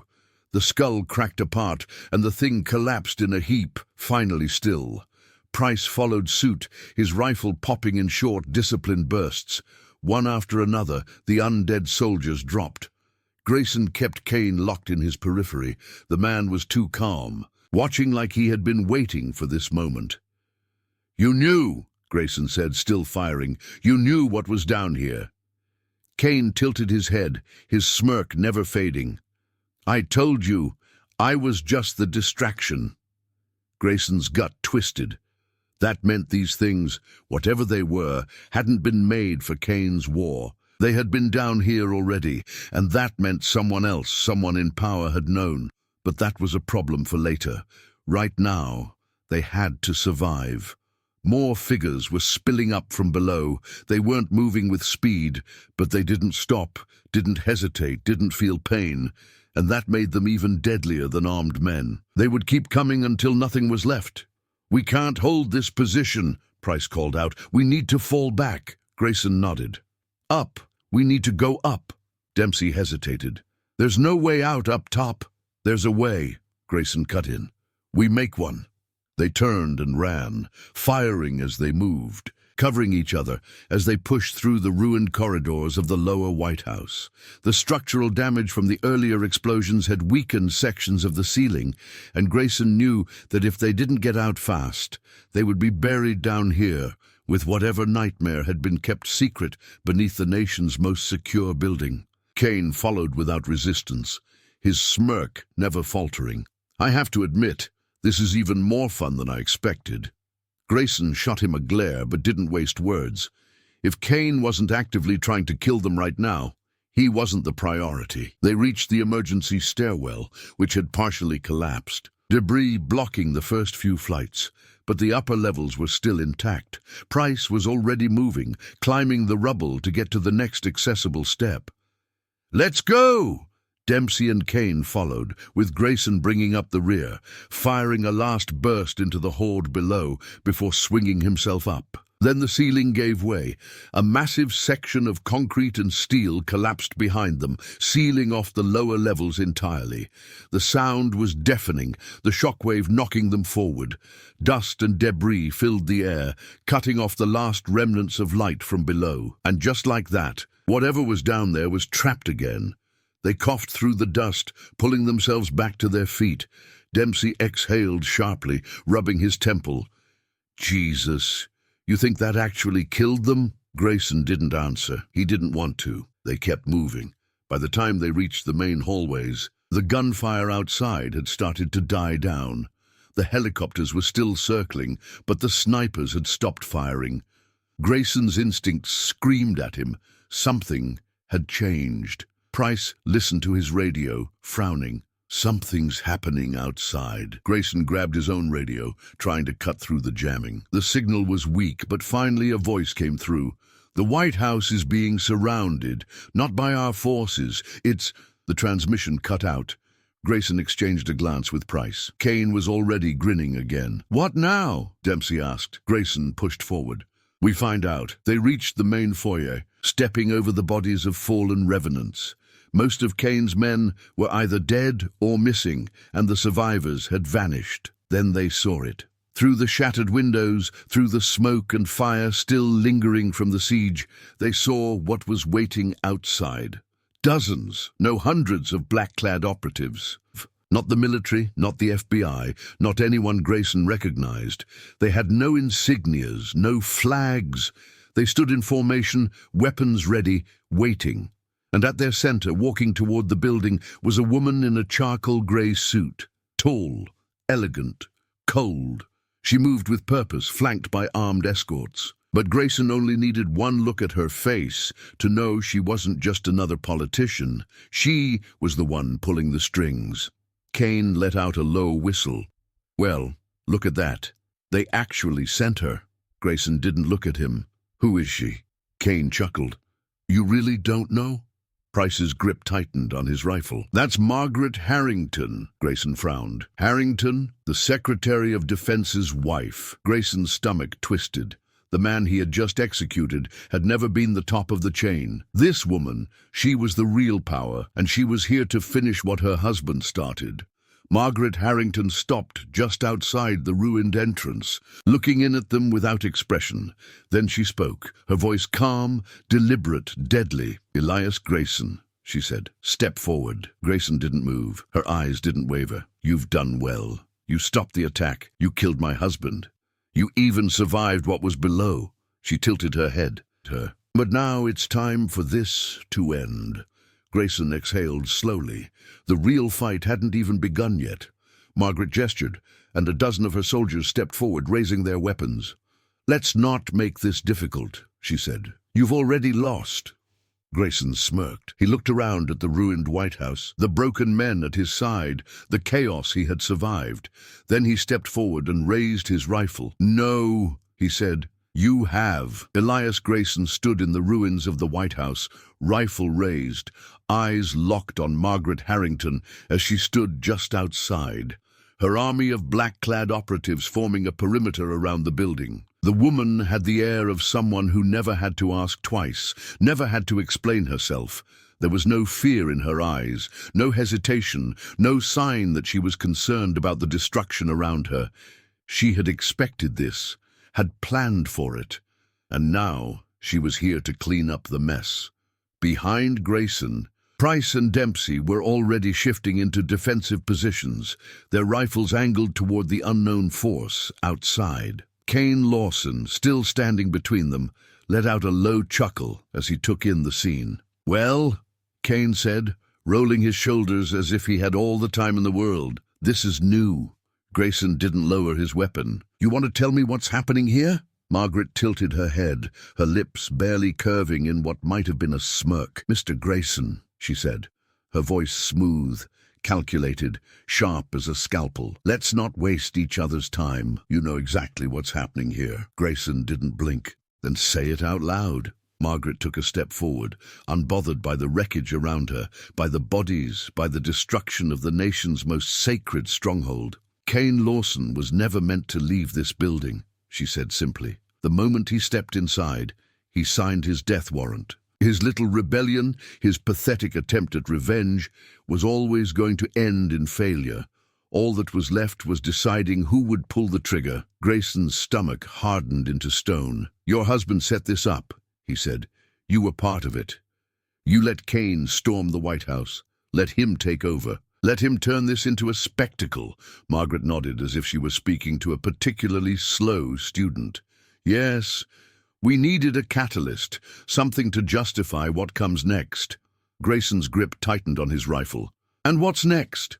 Margaret's expression didn't change.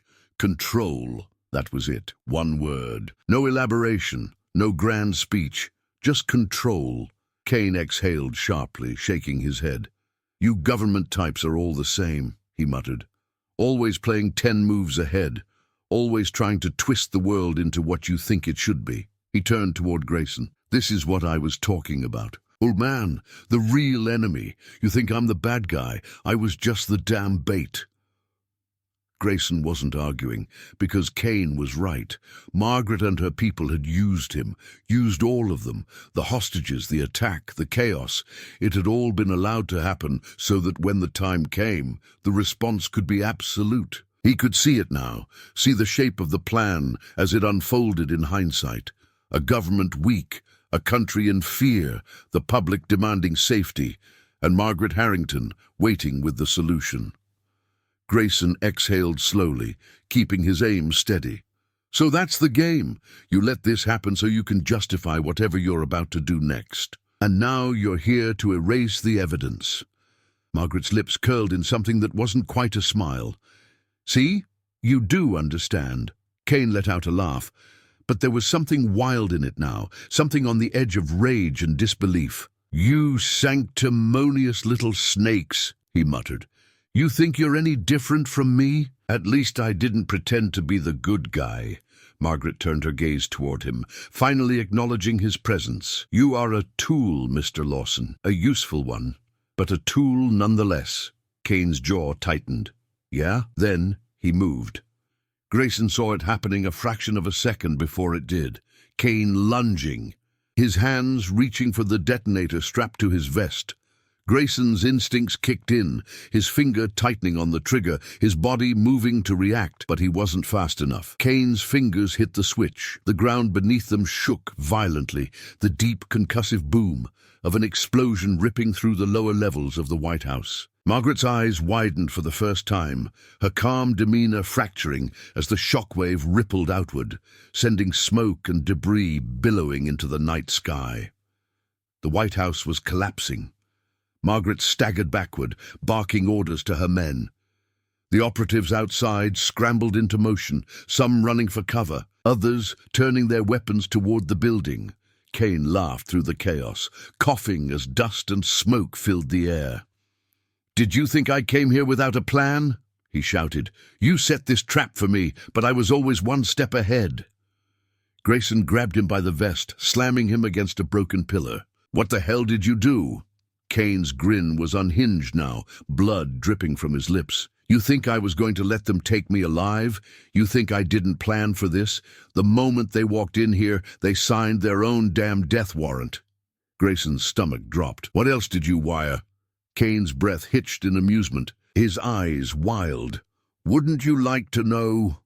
The White House shuddered again, another deep explosion rumbling from below. Margaret's men had recovered, and now they were advancing. Grayson didn't have time to think. He grabbed Kane and threw him forward, shoving him toward the main doors. "We're leaving, now." Price and Dempsey were already pushing toward an exit, using the smoke as cover. Margaret, still regaining her footing, turned toward her nearest operative. "Seal the perimeter. No one gets out." Gunfire erupted. Grayson moved, his body operating on pure survival instinct now. He kept Kane in front of him, using him as a shield as bullets whizzed past, as debris rained down from the crumbling structure above. Dempsey and Price laid down covering fire, their shots punching into the black-clad soldiers, but Margaret's team was better equipped, better trained. Grayson sprinted forward, ignoring the pain in his ribs, ignoring the screaming of his muscles, ignoring the fact that they were completely outnumbered. There was only one objective: escape. They crashed through the remnants of the once grand entrance hall, moving through fire and destruction, through the ghosts of history. Grayson didn't stop, didn't look back, didn't breathe until they were out, and then The White House collapsed. The last explosion roared like thunder, a final devastating detonation that sent flames and smoke spiraling into the night. The roof caved inward, walls buckling, marble and steel imploding into itself. It was gone, the most secure building in the world, reduced to rubble. Grayson stood in the wreckage, his breath heavy, his gun still raised. Margaret's forces were staggered, momentarily thrown by the sheer devastation in front of them. That was their window. Grayson turned to Price and Dempsey. "Move!" They ran, through the smoke, through the end of everything they had fought to protect. And Margaret Harrington, she just stood there, watching it all, her expression unreadable, because even in her defeat she knew the truth. This wasn't the end. This was only the beginning. Elias Grayson ran through the smouldering ruins of the White House, his boots crunching over shattered marble and twisted steel, his breath burning in his lungs. Behind him, Price and Dempsey moved in sync, ducking low to avoid the gunfire still snapping through the air.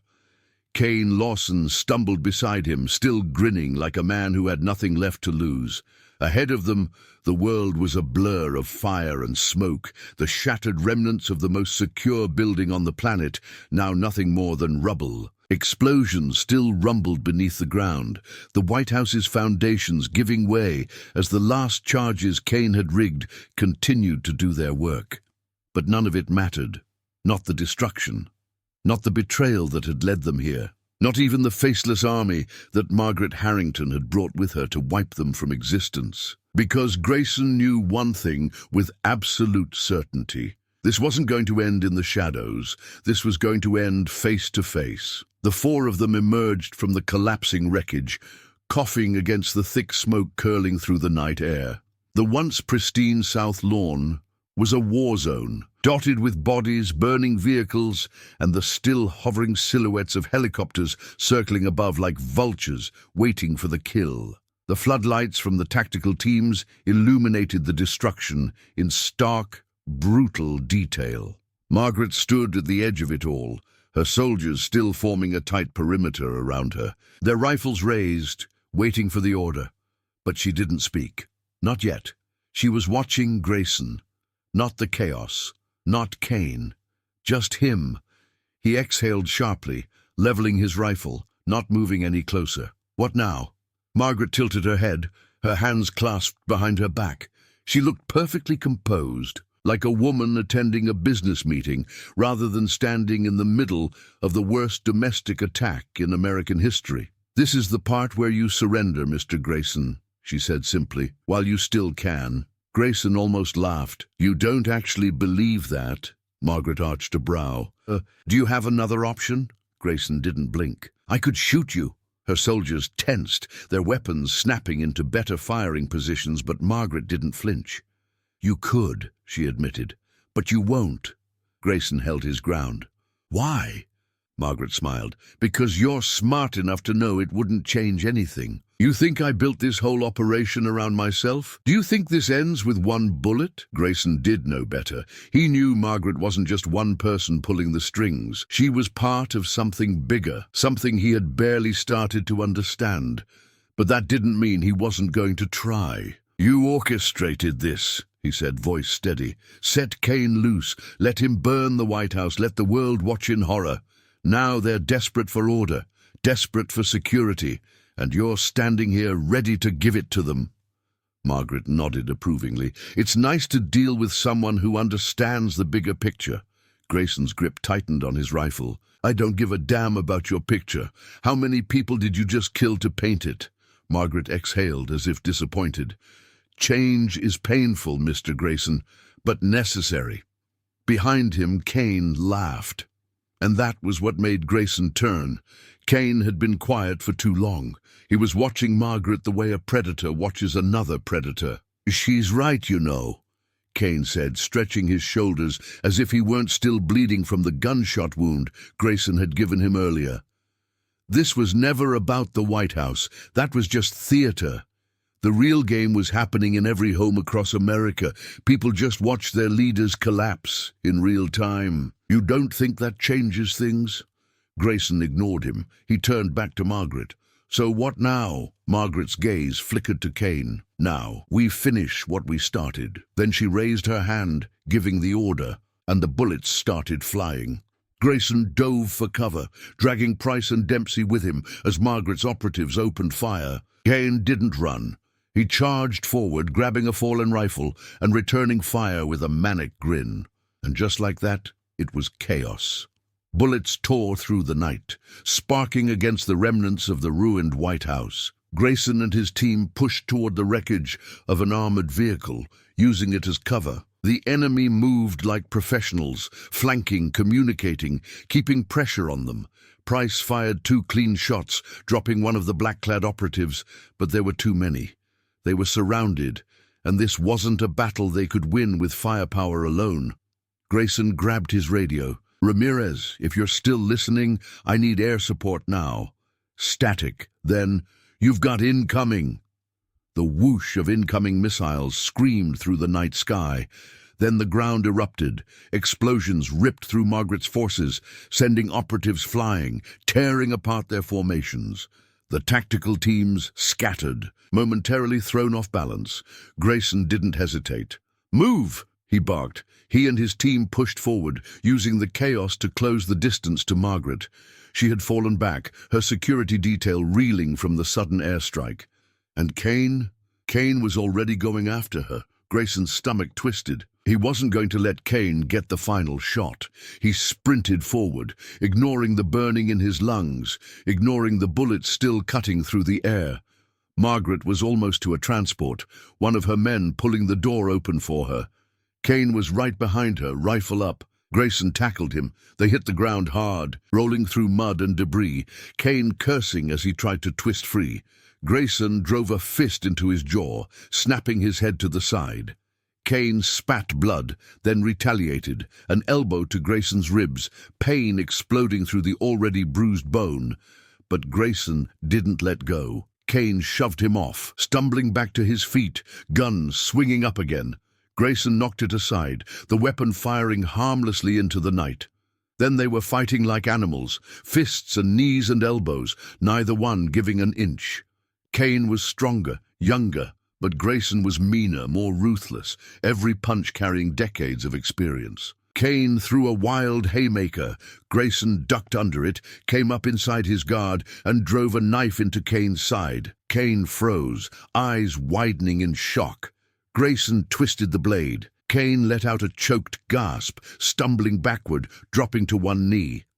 Blood poured from his side, his breath hitching, his smirk finally fading. Grayson stepped closer, towering over him. Kane let out a rasping chuckle. "Looks like you win, old man." Grayson didn't smile, didn't speak. He just raised his gun and pulled the trigger. Kane Lawson fell, and just like that, the revenants were finished. Grayson turned back to the battlefield. Margaret Harrington was gone. Her transport had disappeared into the night, but this wasn't over, not even close, because now it was a war. Elias Grayson stood over Kane Lawson's body, his breath heavy, his hands still gripping the rifle as if the fight wasn't over, but it was. The revenants were dead. Kane's war had failed. And yet, as Grayson looked at the smoldering ruins of the White House, the bodies scattered across the South Lawn, the black helicopters retreating into the night with Margaret Harrington safe inside, he knew the battle might have ended, but the war had just begun. The wind carried the acrid stench of burning debris and blood, and the air was thick with dust and smoke.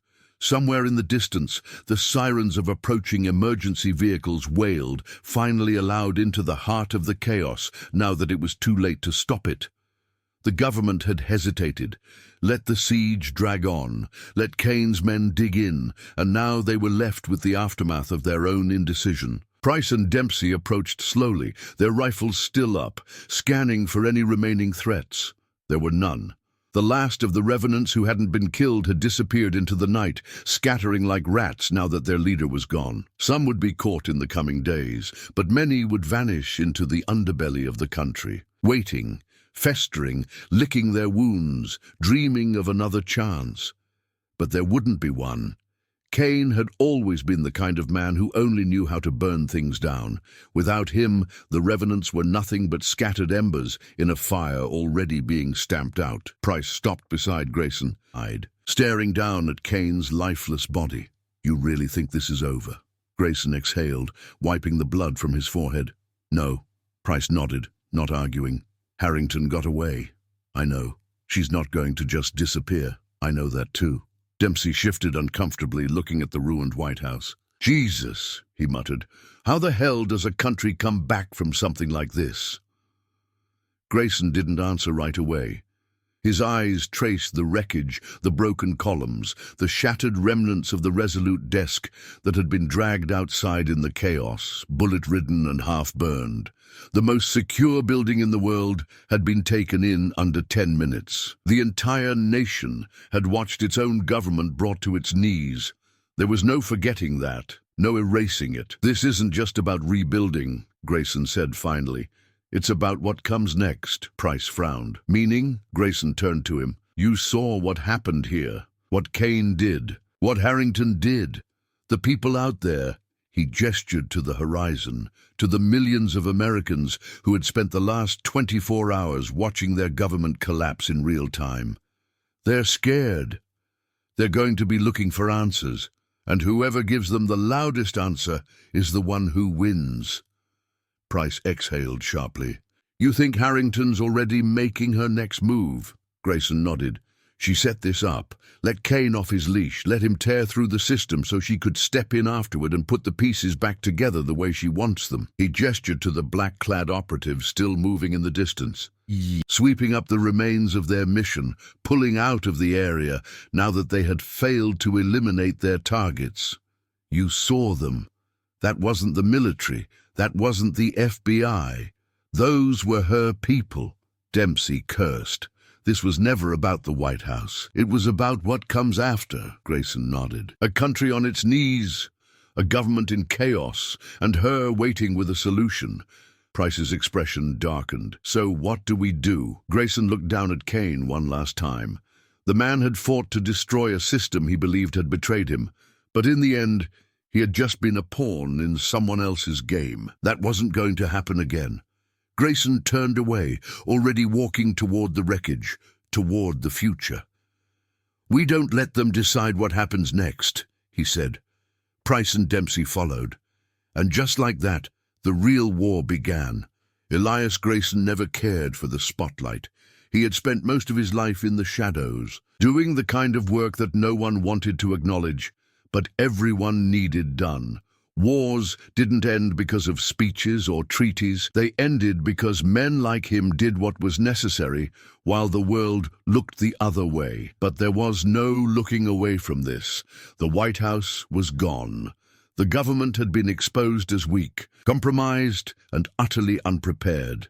The entire nation had watched as a group of outlaw mercenaries had taken over the most secure building in the world, had taken hostages, had forced the president into hiding. They had watched as the government hesitated, too afraid of making the wrong move, too afraid of what the world might think. And in that vacuum, Elias Grayson had stepped forward. Now, the country knew his name. The first time he saw himself on the news, it was surreal.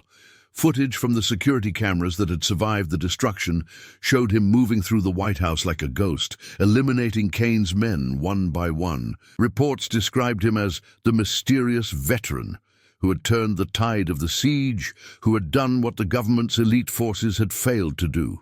Social media was flooded with clips of him dragging Kane Lawson out of the ruins, of him standing over the man's body after their final battle. There were calls for him to be honored, for him to receive medals, for him to be recognized as the hero who had saved the country from complete collapse.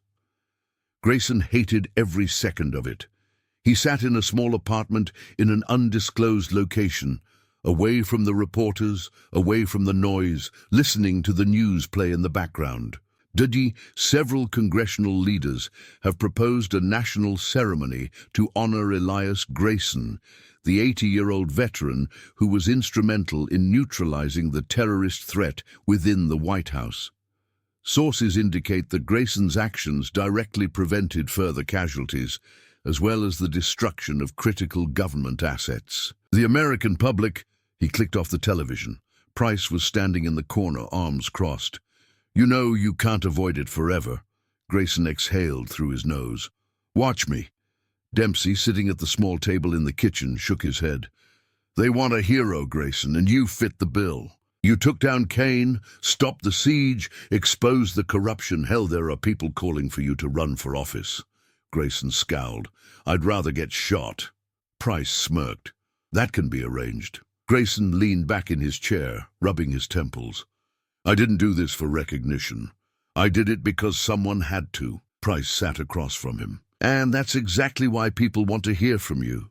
Grayson didn't answer, because he knew the truth. The battle in the White House had been theater. Kane had been dangerous, yes, but he had been a pawn in a bigger game. Margaret Harrington had set this whole thing in motion, had let Kane do her dirty work, had let the chaos unfold, just so she could be the one to step in afterward and offer a solution. And she was still out there.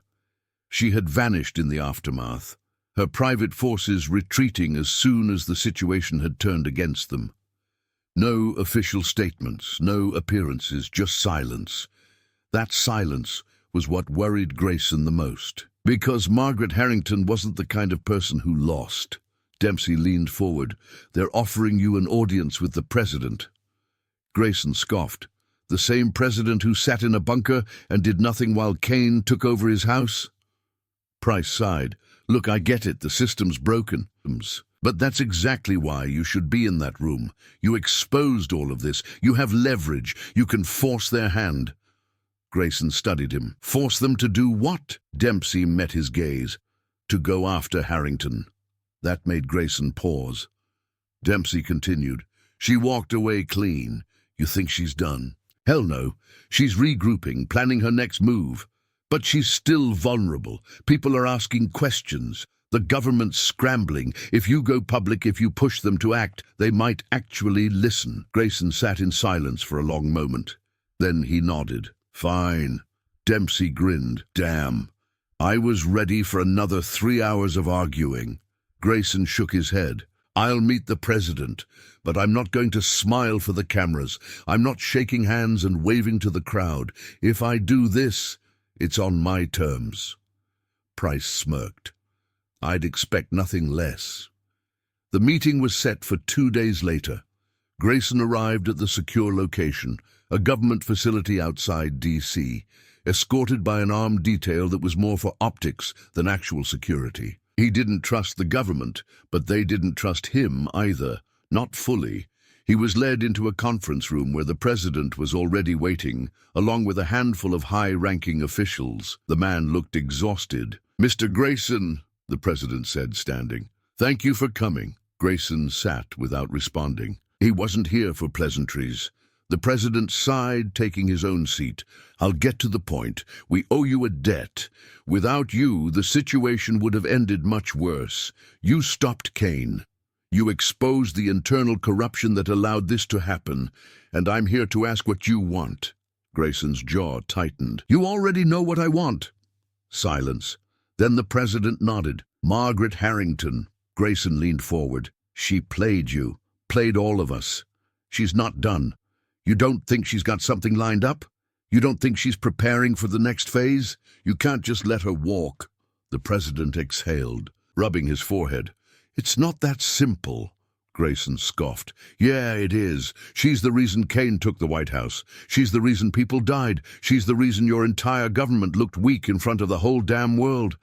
You let her get away with it, and you might as well hand her the country right now. One of the advisors leaned forward. We have no direct evidence tying her to... Grayson slammed his fist on the table. Bullshit! The room went dead silent. Grayson locked eyes with the president. You don't need evidence. You need guts. The president stared at him for a long moment. Then he nodded. What do you propose? Grayson leaned back. You give me the authority to find her, to shut her down before she moves again. The room stirred. One of the advisors muttered, That's insane. The president frowned. You're asking for free rein. Grayson shrugged. No, I'm asking for the truth and the power to do something about it. The president studied him. Then slowly he nodded. Find her. Grayson stood. I intend to. And with that, the next fight began. Kane Lawson had been a soldier who wanted revenge, but Margaret Harrington, she was something else, and Elias Grayson was going to hunt her down. One way or another, Elias Grayson had spent his life fighting in wars that never made the news, taking down enemies whose names were erased before they were ever spoken aloud. But now, for the first time, the war was public. The country had watched as he dragged Kane Lawson out of the ruins of the White House, as he put a bullet in the man's head to end the siege once and for all. And now the world was watching again, waiting to see what he would do next. He had made his demands clear to the president. Margaret Harrington had to be hunted down. She had orchestrated everything, pulled the strings, let Kane's attack unfold just so she could position herself as the one to rebuild the system in its aftermath. Grayson knew her type. Ruthless, calculated, the kind of person who didn't start fights unless they already knew how they were going to end, which meant she was already 10 steps ahead of him. He couldn't let that stand. The president had given him what he asked for, authorization to hunt Harrington down, to bring her in by any means necessary. It was more power than Grayson had ever wanted, but that didn't matter. What mattered was ending this before she made her next move. Price and Dempsey were already waiting for him when he stepped out of the government facility. They had been given clearance to operate as his team. Their resources funneled through whatever back channel the White House had set up to keep this operation off the books. Price was leaning against an SUV, arms crossed, his expression skeptical. So, what's the plan? We've got green light to take her down, but no idea where she is. Grayson exhaled. We don't need to find her. Dempsey frowned. What do you mean? Grayson's jaw tightened. She'll find us. It wasn't a theory. It was a certainty. Harrington had too much control, too many contingencies. If she had let Kane go down, it was because she had already set up the next step, and that meant she wouldn't just sit back and watch while the government put a target on her back. No, she would move first, and Grayson intended to be there when she did. They left Washington that night. Too many eyes, too many whispers. They needed to work in the shadows, just like Harrington would be. The hunt took them across the country. New York, Chicago, Dallas, chasing leads, digging into every known connection Harrington had built over the years. She had covered her tracks well, too well. Every informant they found was either dead or too afraid to speak. Every trace of her financials had been wiped. She had vanished like a ghost, the only signs of her existence buried deep beneath layers of bureaucracy and misdirection. Until the first bodies started appearing. The first was a senator, killed in his home in Virginia, his security detail wiped out with military precision. The official statement was a botched robbery, but Grayson knew better. The second was a defense contractor in Los Angeles, shot twice in the head in an underground parking garage. No security footage, no suspects. The third was a journalist in New York, a man who had been investigating the White House siege, found in his apartment an apparent suicide, except the gun was in the wrong hand. Grayson's blood ran cold. Harrington wasn't hiding. She was cleaning up. Anyone who knew too much, anyone who could connect her to the events at the White House, was being eliminated one by one. Price ran a hand through his hair, pacing the motel room they had taken as a temporary base. She's erasing the past. We're running out of time. Grayson nodded, his jaw tight. Then we force her out. Dempsey raised an eyebrow. How? Grayson sat at the small table, staring at the documents they had gathered. She thinks she's in control, that she can keep killing loose ends until there's no one left to talk. We change that. We make sure there's something she can't erase. Price frowned. Like what? Grayson picked up one of the folders. The former revenants. Dempsey scoffed. The same guys who just tried to overthrow the damn country. Not all of them, Grayson said. Some of them surrendered. Some of them realized they were being used. And some of them... He flipped through a file, pulling out a name, Ray Delgado, one of Kane's former lieutenants. Want revenge. Price's expression shifted. You think they'll turn on her? Grayson smirked. I think they hate being played, and Harrington played all of them.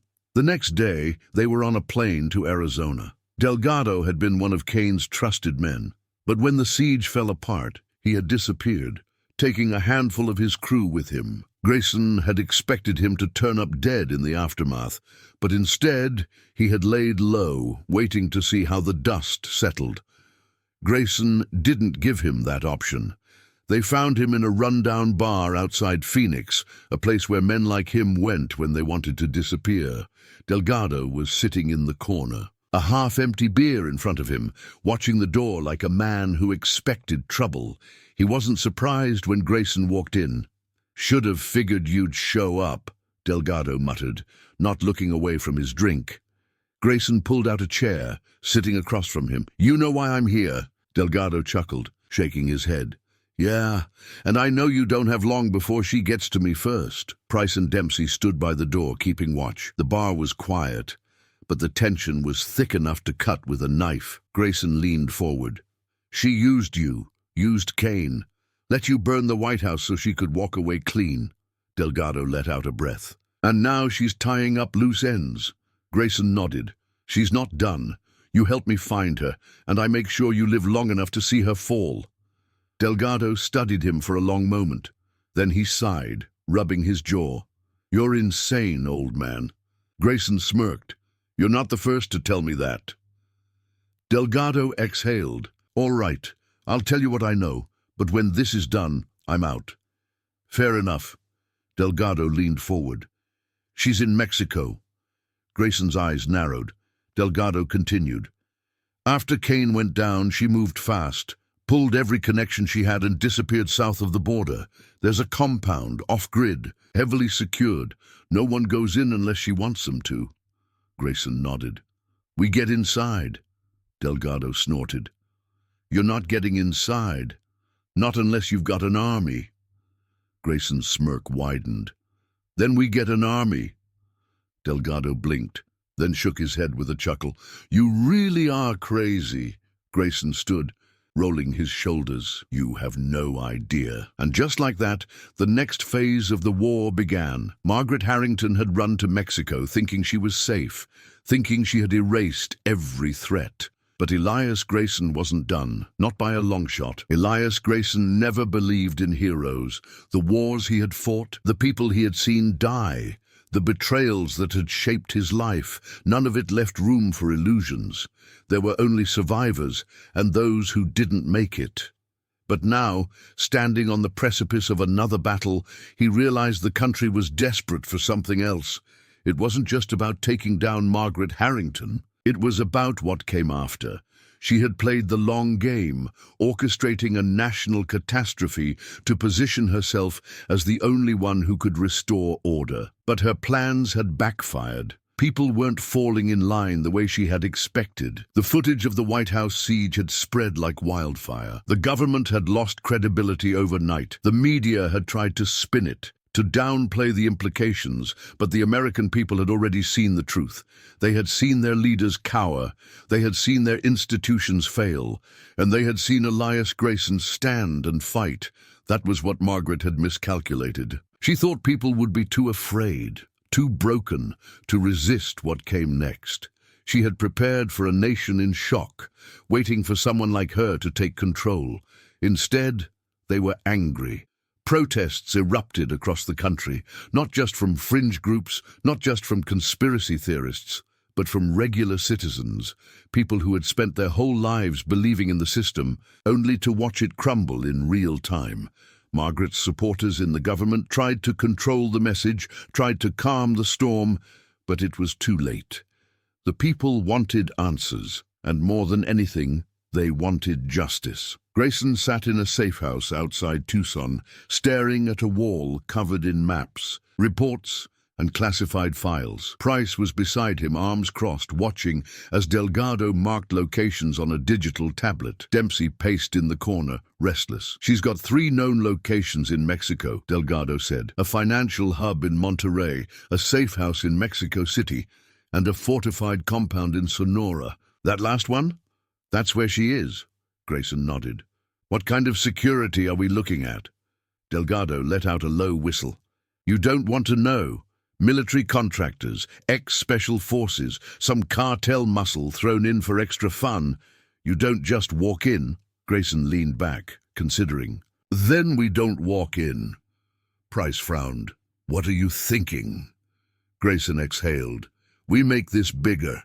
She's been controlling the narrative from the shadows. We take that away from her. We expose her." Dempsey stopped pacing. "How?" Grayson picked up a tablet and pulled up a live news feed. A protest in D.C. Thousands of people outside the Capitol, demanding answers, waving signs, calling out government corruption. It was spreading. "She wanted to control the people," Grayson said, "but she misjudged them. They aren't afraid. Not anymore." Price's eyes widened slightly. "You're saying we use that?" Grayson nodded. "We don't take her down in silence. We make it public. We give them something they can't ignore." Delgado smirked. "You're not just hunting her. You're making the whole country part of it." Grayson met his gaze. "Damn right." It started as whispers. Then it became a movement. Within 24 hours, Grayson's message was out. A direct call to action, a promise to the American people. "You watched as the White House fell. You saw the truth for yourselves. But the people responsible for that attack, the ones who let it happen, aren't being held accountable. And if the government won't stop them, then we will. You have the right to know the truth, and I promise you, you're going to get it." The response was instantaneous. The protests exploded overnight, drawing in veterans, law enforcement, everyday citizens, people who had been waiting for something real to believe in. The government tried to discredit Grayson, painting him as a rogue operator, but it didn't work. He wasn't hiding in the shadows anymore. He was out in the open, and the people trusted him more than their own leaders, and that was Margaret Harrington's greatest fear. 3 days later, the operation was set. Grayson and his team moved across the border, using contacts in Mexico to get inside Sonora without setting off alarms. The compound was massive, a private fortress built into the desert, heavily defended, its perimeter lined with armed guards and automated security systems. But Grayson wasn't just here to attack. He was here to broadcast. Price set up the encrypted transmission, linking to live feeds back in the States. The moment they breached the compound, the whole world would see it. Margaret wouldn't be able to bury this. She wouldn't be able to silence the truth. Dempsey exhaled, double-checking his weapon. "This is either going to be brilliant or get us all killed," Grayson smirked. "Probably both," Delgado chuckled. "Hell of a way to go." Grayson's voice hardened. "We're not dying today." Then he looked out at the desert, at the compound in the distance. "Let's end this." They moved under cover of darkness, splitting into 2 teams. Grayson, Price, and Dempsey took the main approach, while Delgado and his men flanked from the east, setting charges along the security fences. They moved fast and silent, taking out perimeter guards before alarms could be raised. Then they went loud. The explosions along the fence ripped through the night, sending shockwaves across the desert. Grayson and his team breached the main entrance, bullets flying as they tore through Margaret's private army. The compound was a war zone within seconds. The live feed broadcasted every second of it. Millions of people watched in real time as Grayson's team stormed the compound, as they fought their way through the private security forces, as they moved toward the heart of Harrington's empire. The government couldn't ignore this. They couldn't bury it. This was happening for the whole world to see. And then, finally, Grayson reached the inner sanctum, the last door. He kicked it open, and there she was. Margaret Harrington stood in the center of the room, arms crossed, her expression unreadable. The walls around her were lined with screens displaying the live broadcast of her downfall. She had lost. But she didn't look afraid. She smiled. Grayson didn't lower his weapon. "It's over." Margaret tilted her head. "Is it?" Something about the way she said it made the hair on the back of Grayson's neck stand up. She wasn't panicked. She wasn't trying to run. She had planned for this. Grayson's grip tightened. "You think you're walking away from this?" Margaret's smile didn't waver. "I think you don't understand what you've just done." The words sent ice through Grayson's veins. Then he heard it, the distant roar of approaching helicopters. Not theirs, not government, something else, something bigger. Margaret's smile widened, and for the first time, Elias Grayson realized this war wasn't ending tonight. It was just beginning. The sound of approaching helicopters was a low, guttural roar, cutting through the desert night like a storm rolling in. Elias Grayson didn't flinch. He had been waiting for this moment, had known that Margaret Harrington wouldn't have come this far without a way out. But she wasn't running. She stood there in the center of her high-tech fortress, smiling at him, at Price, at Dempsey, at the entire world watching through the hacked live feeds that were still broadcasting their siege in real time. "You should have let me fix this country," Margaret said, her voice eerily calm. "Now it's going to burn." Grayson kept his rifle trained on her. "You don't get to rewrite history." Margaret's smirk deepened. "I don't need to. You just did it for me." Before Grayson could respond, the entire compound trembled, the walls vibrating from the sheer force of incoming aircraft. Searchlights cut through the sky, illuminating the compound in harsh white beams, and then they dropped in. Not military, not government, something else. Ropes uncoiled from the helicopters like striking vipers, and black-clad figures descended into the courtyard. Moving with silent efficiency, their rifles equipped with high-tech optics, their armor streamlined and devoid of insignia. Grayson had seen elite operatives before, had fought against the best the world had to offer. But these men, they were beyond that. They weren't here to clean up Margaret's mess. They were here to control the outcome. Price ducked behind cover, cursing. "What the hell is this?" Dempsey checked his ammo. "We are not equipped for another war tonight." Grayson exhaled slowly. He already knew the truth. She wasn't just working alone. Margaret chuckled. "Of course not. Do you think I built all of this by myself? Do you think Kane Lawson was ever more than a footnote in something much larger?" Grayson clenched his jaw. "Who are they?" Margaret folded her arms, watching as the operatives moved into position, encircling the courtyard with military precision, cutting off any escape routes. "You can call them the future." Grayson fired first. The bullet snapped toward her head, a clean, precise shot. But before it could land, a figure blurred into motion, stepping between them, deflecting the shot midair, with a small, high-density shield attached to his forearm.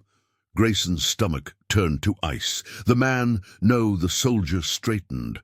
His armor wasn't just tactical gear. It was reinforced exo-material, his movements too fluid, too fast. Price muttered under his breath. "Oh, hell." Margaret barely reacted. "That was rude." Grayson adjusted his aim. "You really think these guys can save you?" Margaret sighed as if the entire conversation bored her. "Elias, I don't need saving." "You do." The lead operative raised a hand, and in an instant his men opened fire. Grayson dived for cover, rolling behind a reinforced column as bullets shredded the ground where he had been standing. Price and Dempsey returned fire, but it was like shooting at shadows. The enemy moved too fast, their armor absorbing rounds that should have dropped them. Delgado and his men had been holding the outer perimeter, but now their voices crackled over the comms. "We're getting torn apart out here," Delgado shouted. "These guys aren't normal." Grayson didn't doubt it. The war had just changed. Margaret had never been planning to win in the traditional sense. She had been setting the stage for a complete shift in power. Kane's siege on the White House had been step one. The country was already destabilized, the government was fractured, and now she was introducing something new, something engineered. Grayson took a breath, forced himself to focus, think, adapt, overcome. They weren't going to outgun these operatives, but they could outmaneuver them. He looked to Price. We need to collapse the entryway, funnel them. Price nodded. I can drop the support beams with enough charges, but that's going to put us in a corner. Grayson glanced at Margaret. She was still standing there, unconcerned, as if the outcome had already been decided. That was what pissed him off the most. He turned to Dempsey. You got one last crazy idea in you? Dempsey grinned despite the chaos. You know I do. Grayson smirked. Then let's ruin their night. It started with smoke and fire. Price set the charges, detonating 3 structural points, sending concrete and steel crashing down, blocking the primary entrance where the operatives had been reinforcing their numbers. The shockwave rattled through the compound, kicking up thick dust and reducing visibility to near zero. Grayson moved first, weaving through the confusion, using the smoke as cover. The high-tech soldiers relied on optics, relied on coordination. He took that away from them, forcing them into close-quarters combat, where instinct mattered more than technology. The first soldier came into view, adjusting his visor. Grayson didn't give him time to react. He closed the distance, grabbed the operative's rifle barrel, twisted it downward, and slammed a combat knife into the man's throat before he could call for backup. One down. Dempsey tackled another, driving the man into a collapsed table, jamming his sidearm under the operative's helmet and pulling the trigger. 2 down. Delgado's crew was still holding the outer perimeter, keeping the rest of Harrington's reinforcements from moving in. But they weren't going to last. Price's voice came through the comms. We're out of time. We need an exit now. Grayson scanned the battlefield. They had bought themselves a few minutes, but Harrington's soldiers were adapting. They would regroup fast. And Harrington? She was gone. His stomach twisted. He should have known. She had never been the type to fight a battle that wasn't already won. Price found a vehicle in the back courtyard, an armored transport left by one of Harrington's teams.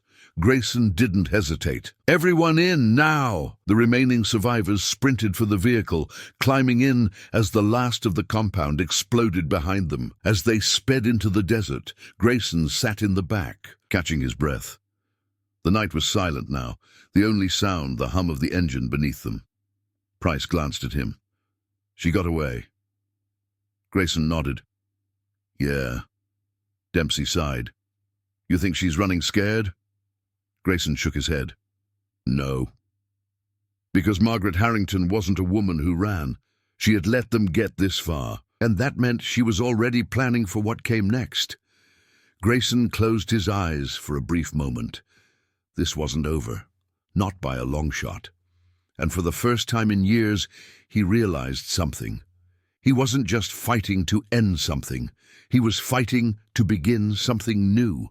The road ahead wasn't about revenge anymore. It was about rebuilding what had been broken. And he wasn't going to stop.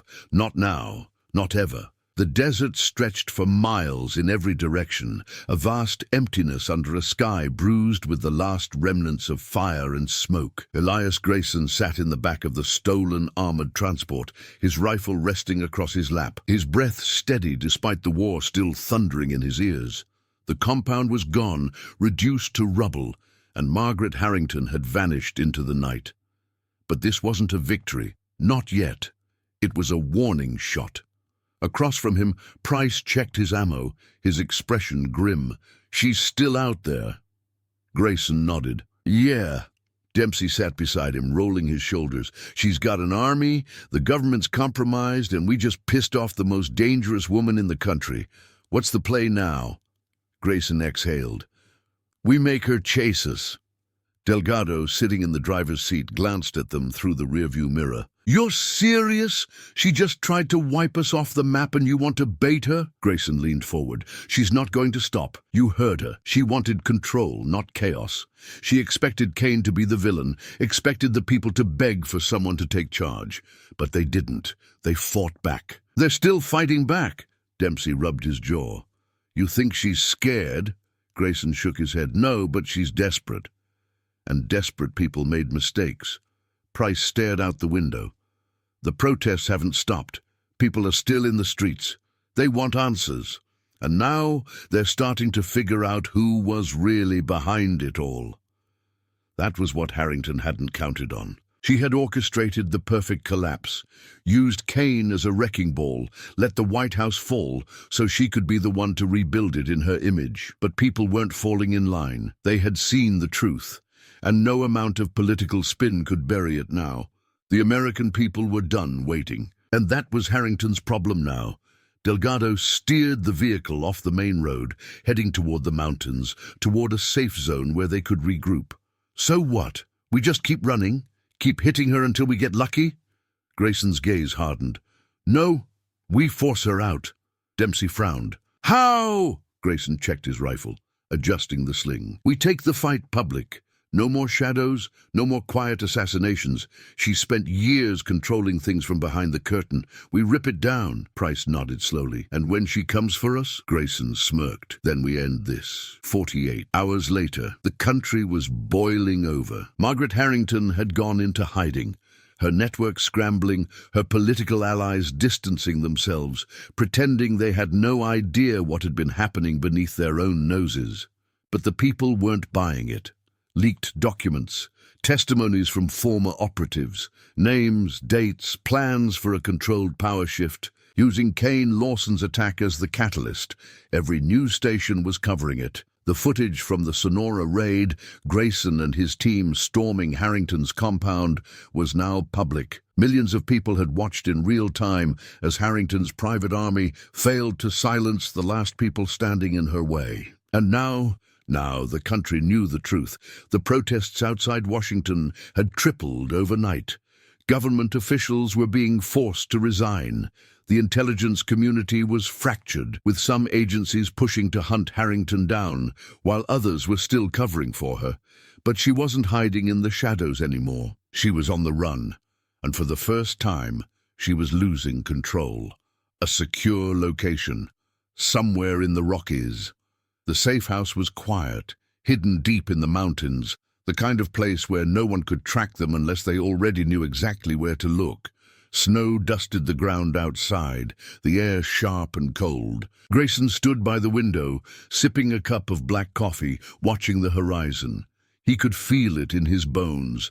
This was the calm before the storm. Price walked up beside him. She's going to come at us soon. Grayson nodded. I know. Dempsey entered the room, tossing a folder onto the table. We just got word from one of our contacts in Langley. They're moving assets south. Looks like she's setting up a last stand in Argentina. Price arched a brow. Argentina? Dempsey shrugged. Apparently she had contingency plans for a total collapse. That's where she runs the moment the walls start closing in. Grayson flipped open the file. Flight paths, bank transfers. The last breadcrumbs of a woman who never intended to lose. He exhaled slowly. Then that's where we finish this. 7 days later. Buenos Aires, Argentina. The city was alive, the streets buzzing with noise, with movement, with the pulse of something old and electric. Grayson moved through the crowd, his hood pulled up, the weight of his sidearm resting against his hip. They had tracked Harrington's last known movements to a private estate outside the city, a fortress built into the hills, shielded by layers of security. It wasn't just a hiding place, it was a command center. Her final attempt to rebuild her empire away from American soil. But she had underestimated them. Grayson and his team had already infiltrated her network, feeding false intelligence, making her think she was still one step ahead. She didn't know they were already inside. Dempsey's voice crackled in Grayson's earpiece. She's in the main building. Security's tight, but nothing we can't handle. Grayson smirked. Then let's finish it. They moved fast, slipping through blind spots, hacking past checkpoints, avoiding motion sensors and cameras. Margaret Harrington had built a kingdom in exile, and tonight it was going to fall. The last door stood before them, the heart of it all. Grayson took a breath, then kicked it open. Inside, Margaret was waiting, no guards, no escape routes, just her. She was sitting at a desk, pouring a glass of whiskey, perfectly composed, as if she had been expecting him.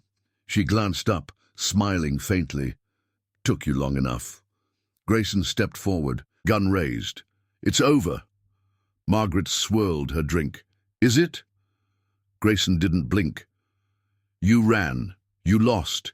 You have nowhere left to hide. Margaret exhaled, setting down her glass. And what happens now, Elias? Do you execute me? Prove that you're just as ruthless as I am? Grayson stared at her for a long moment. Then he lowered his gun. Margaret blinked. You don't get an easy way out, Grayson said. You don't get to be a martyr. He pulled out a small transmitter and placed it on the table. Margaret's face finally shifted. You're already live, Grayson said. Everything you say, everything you admit to, is going straight to the world. You wanted power? Now everyone sees exactly who you are. Margaret's fingers curled into fists. Grayson leaned in. You lose. The footage was everywhere within hours. Margaret's confession, her admission of guilt, the truth laid bare for the world. And just like that, her empire crumbled. Weeks later, Elias Grayson sat on his motorcycle, staring at the open road ahead. The war was over, but the world had changed. People called him a legend, a patriot, a rebel. But he wasn't any of those things. He was just a soldier who finished the fight. He took one last breath, then revved the engine and rode into the horizon.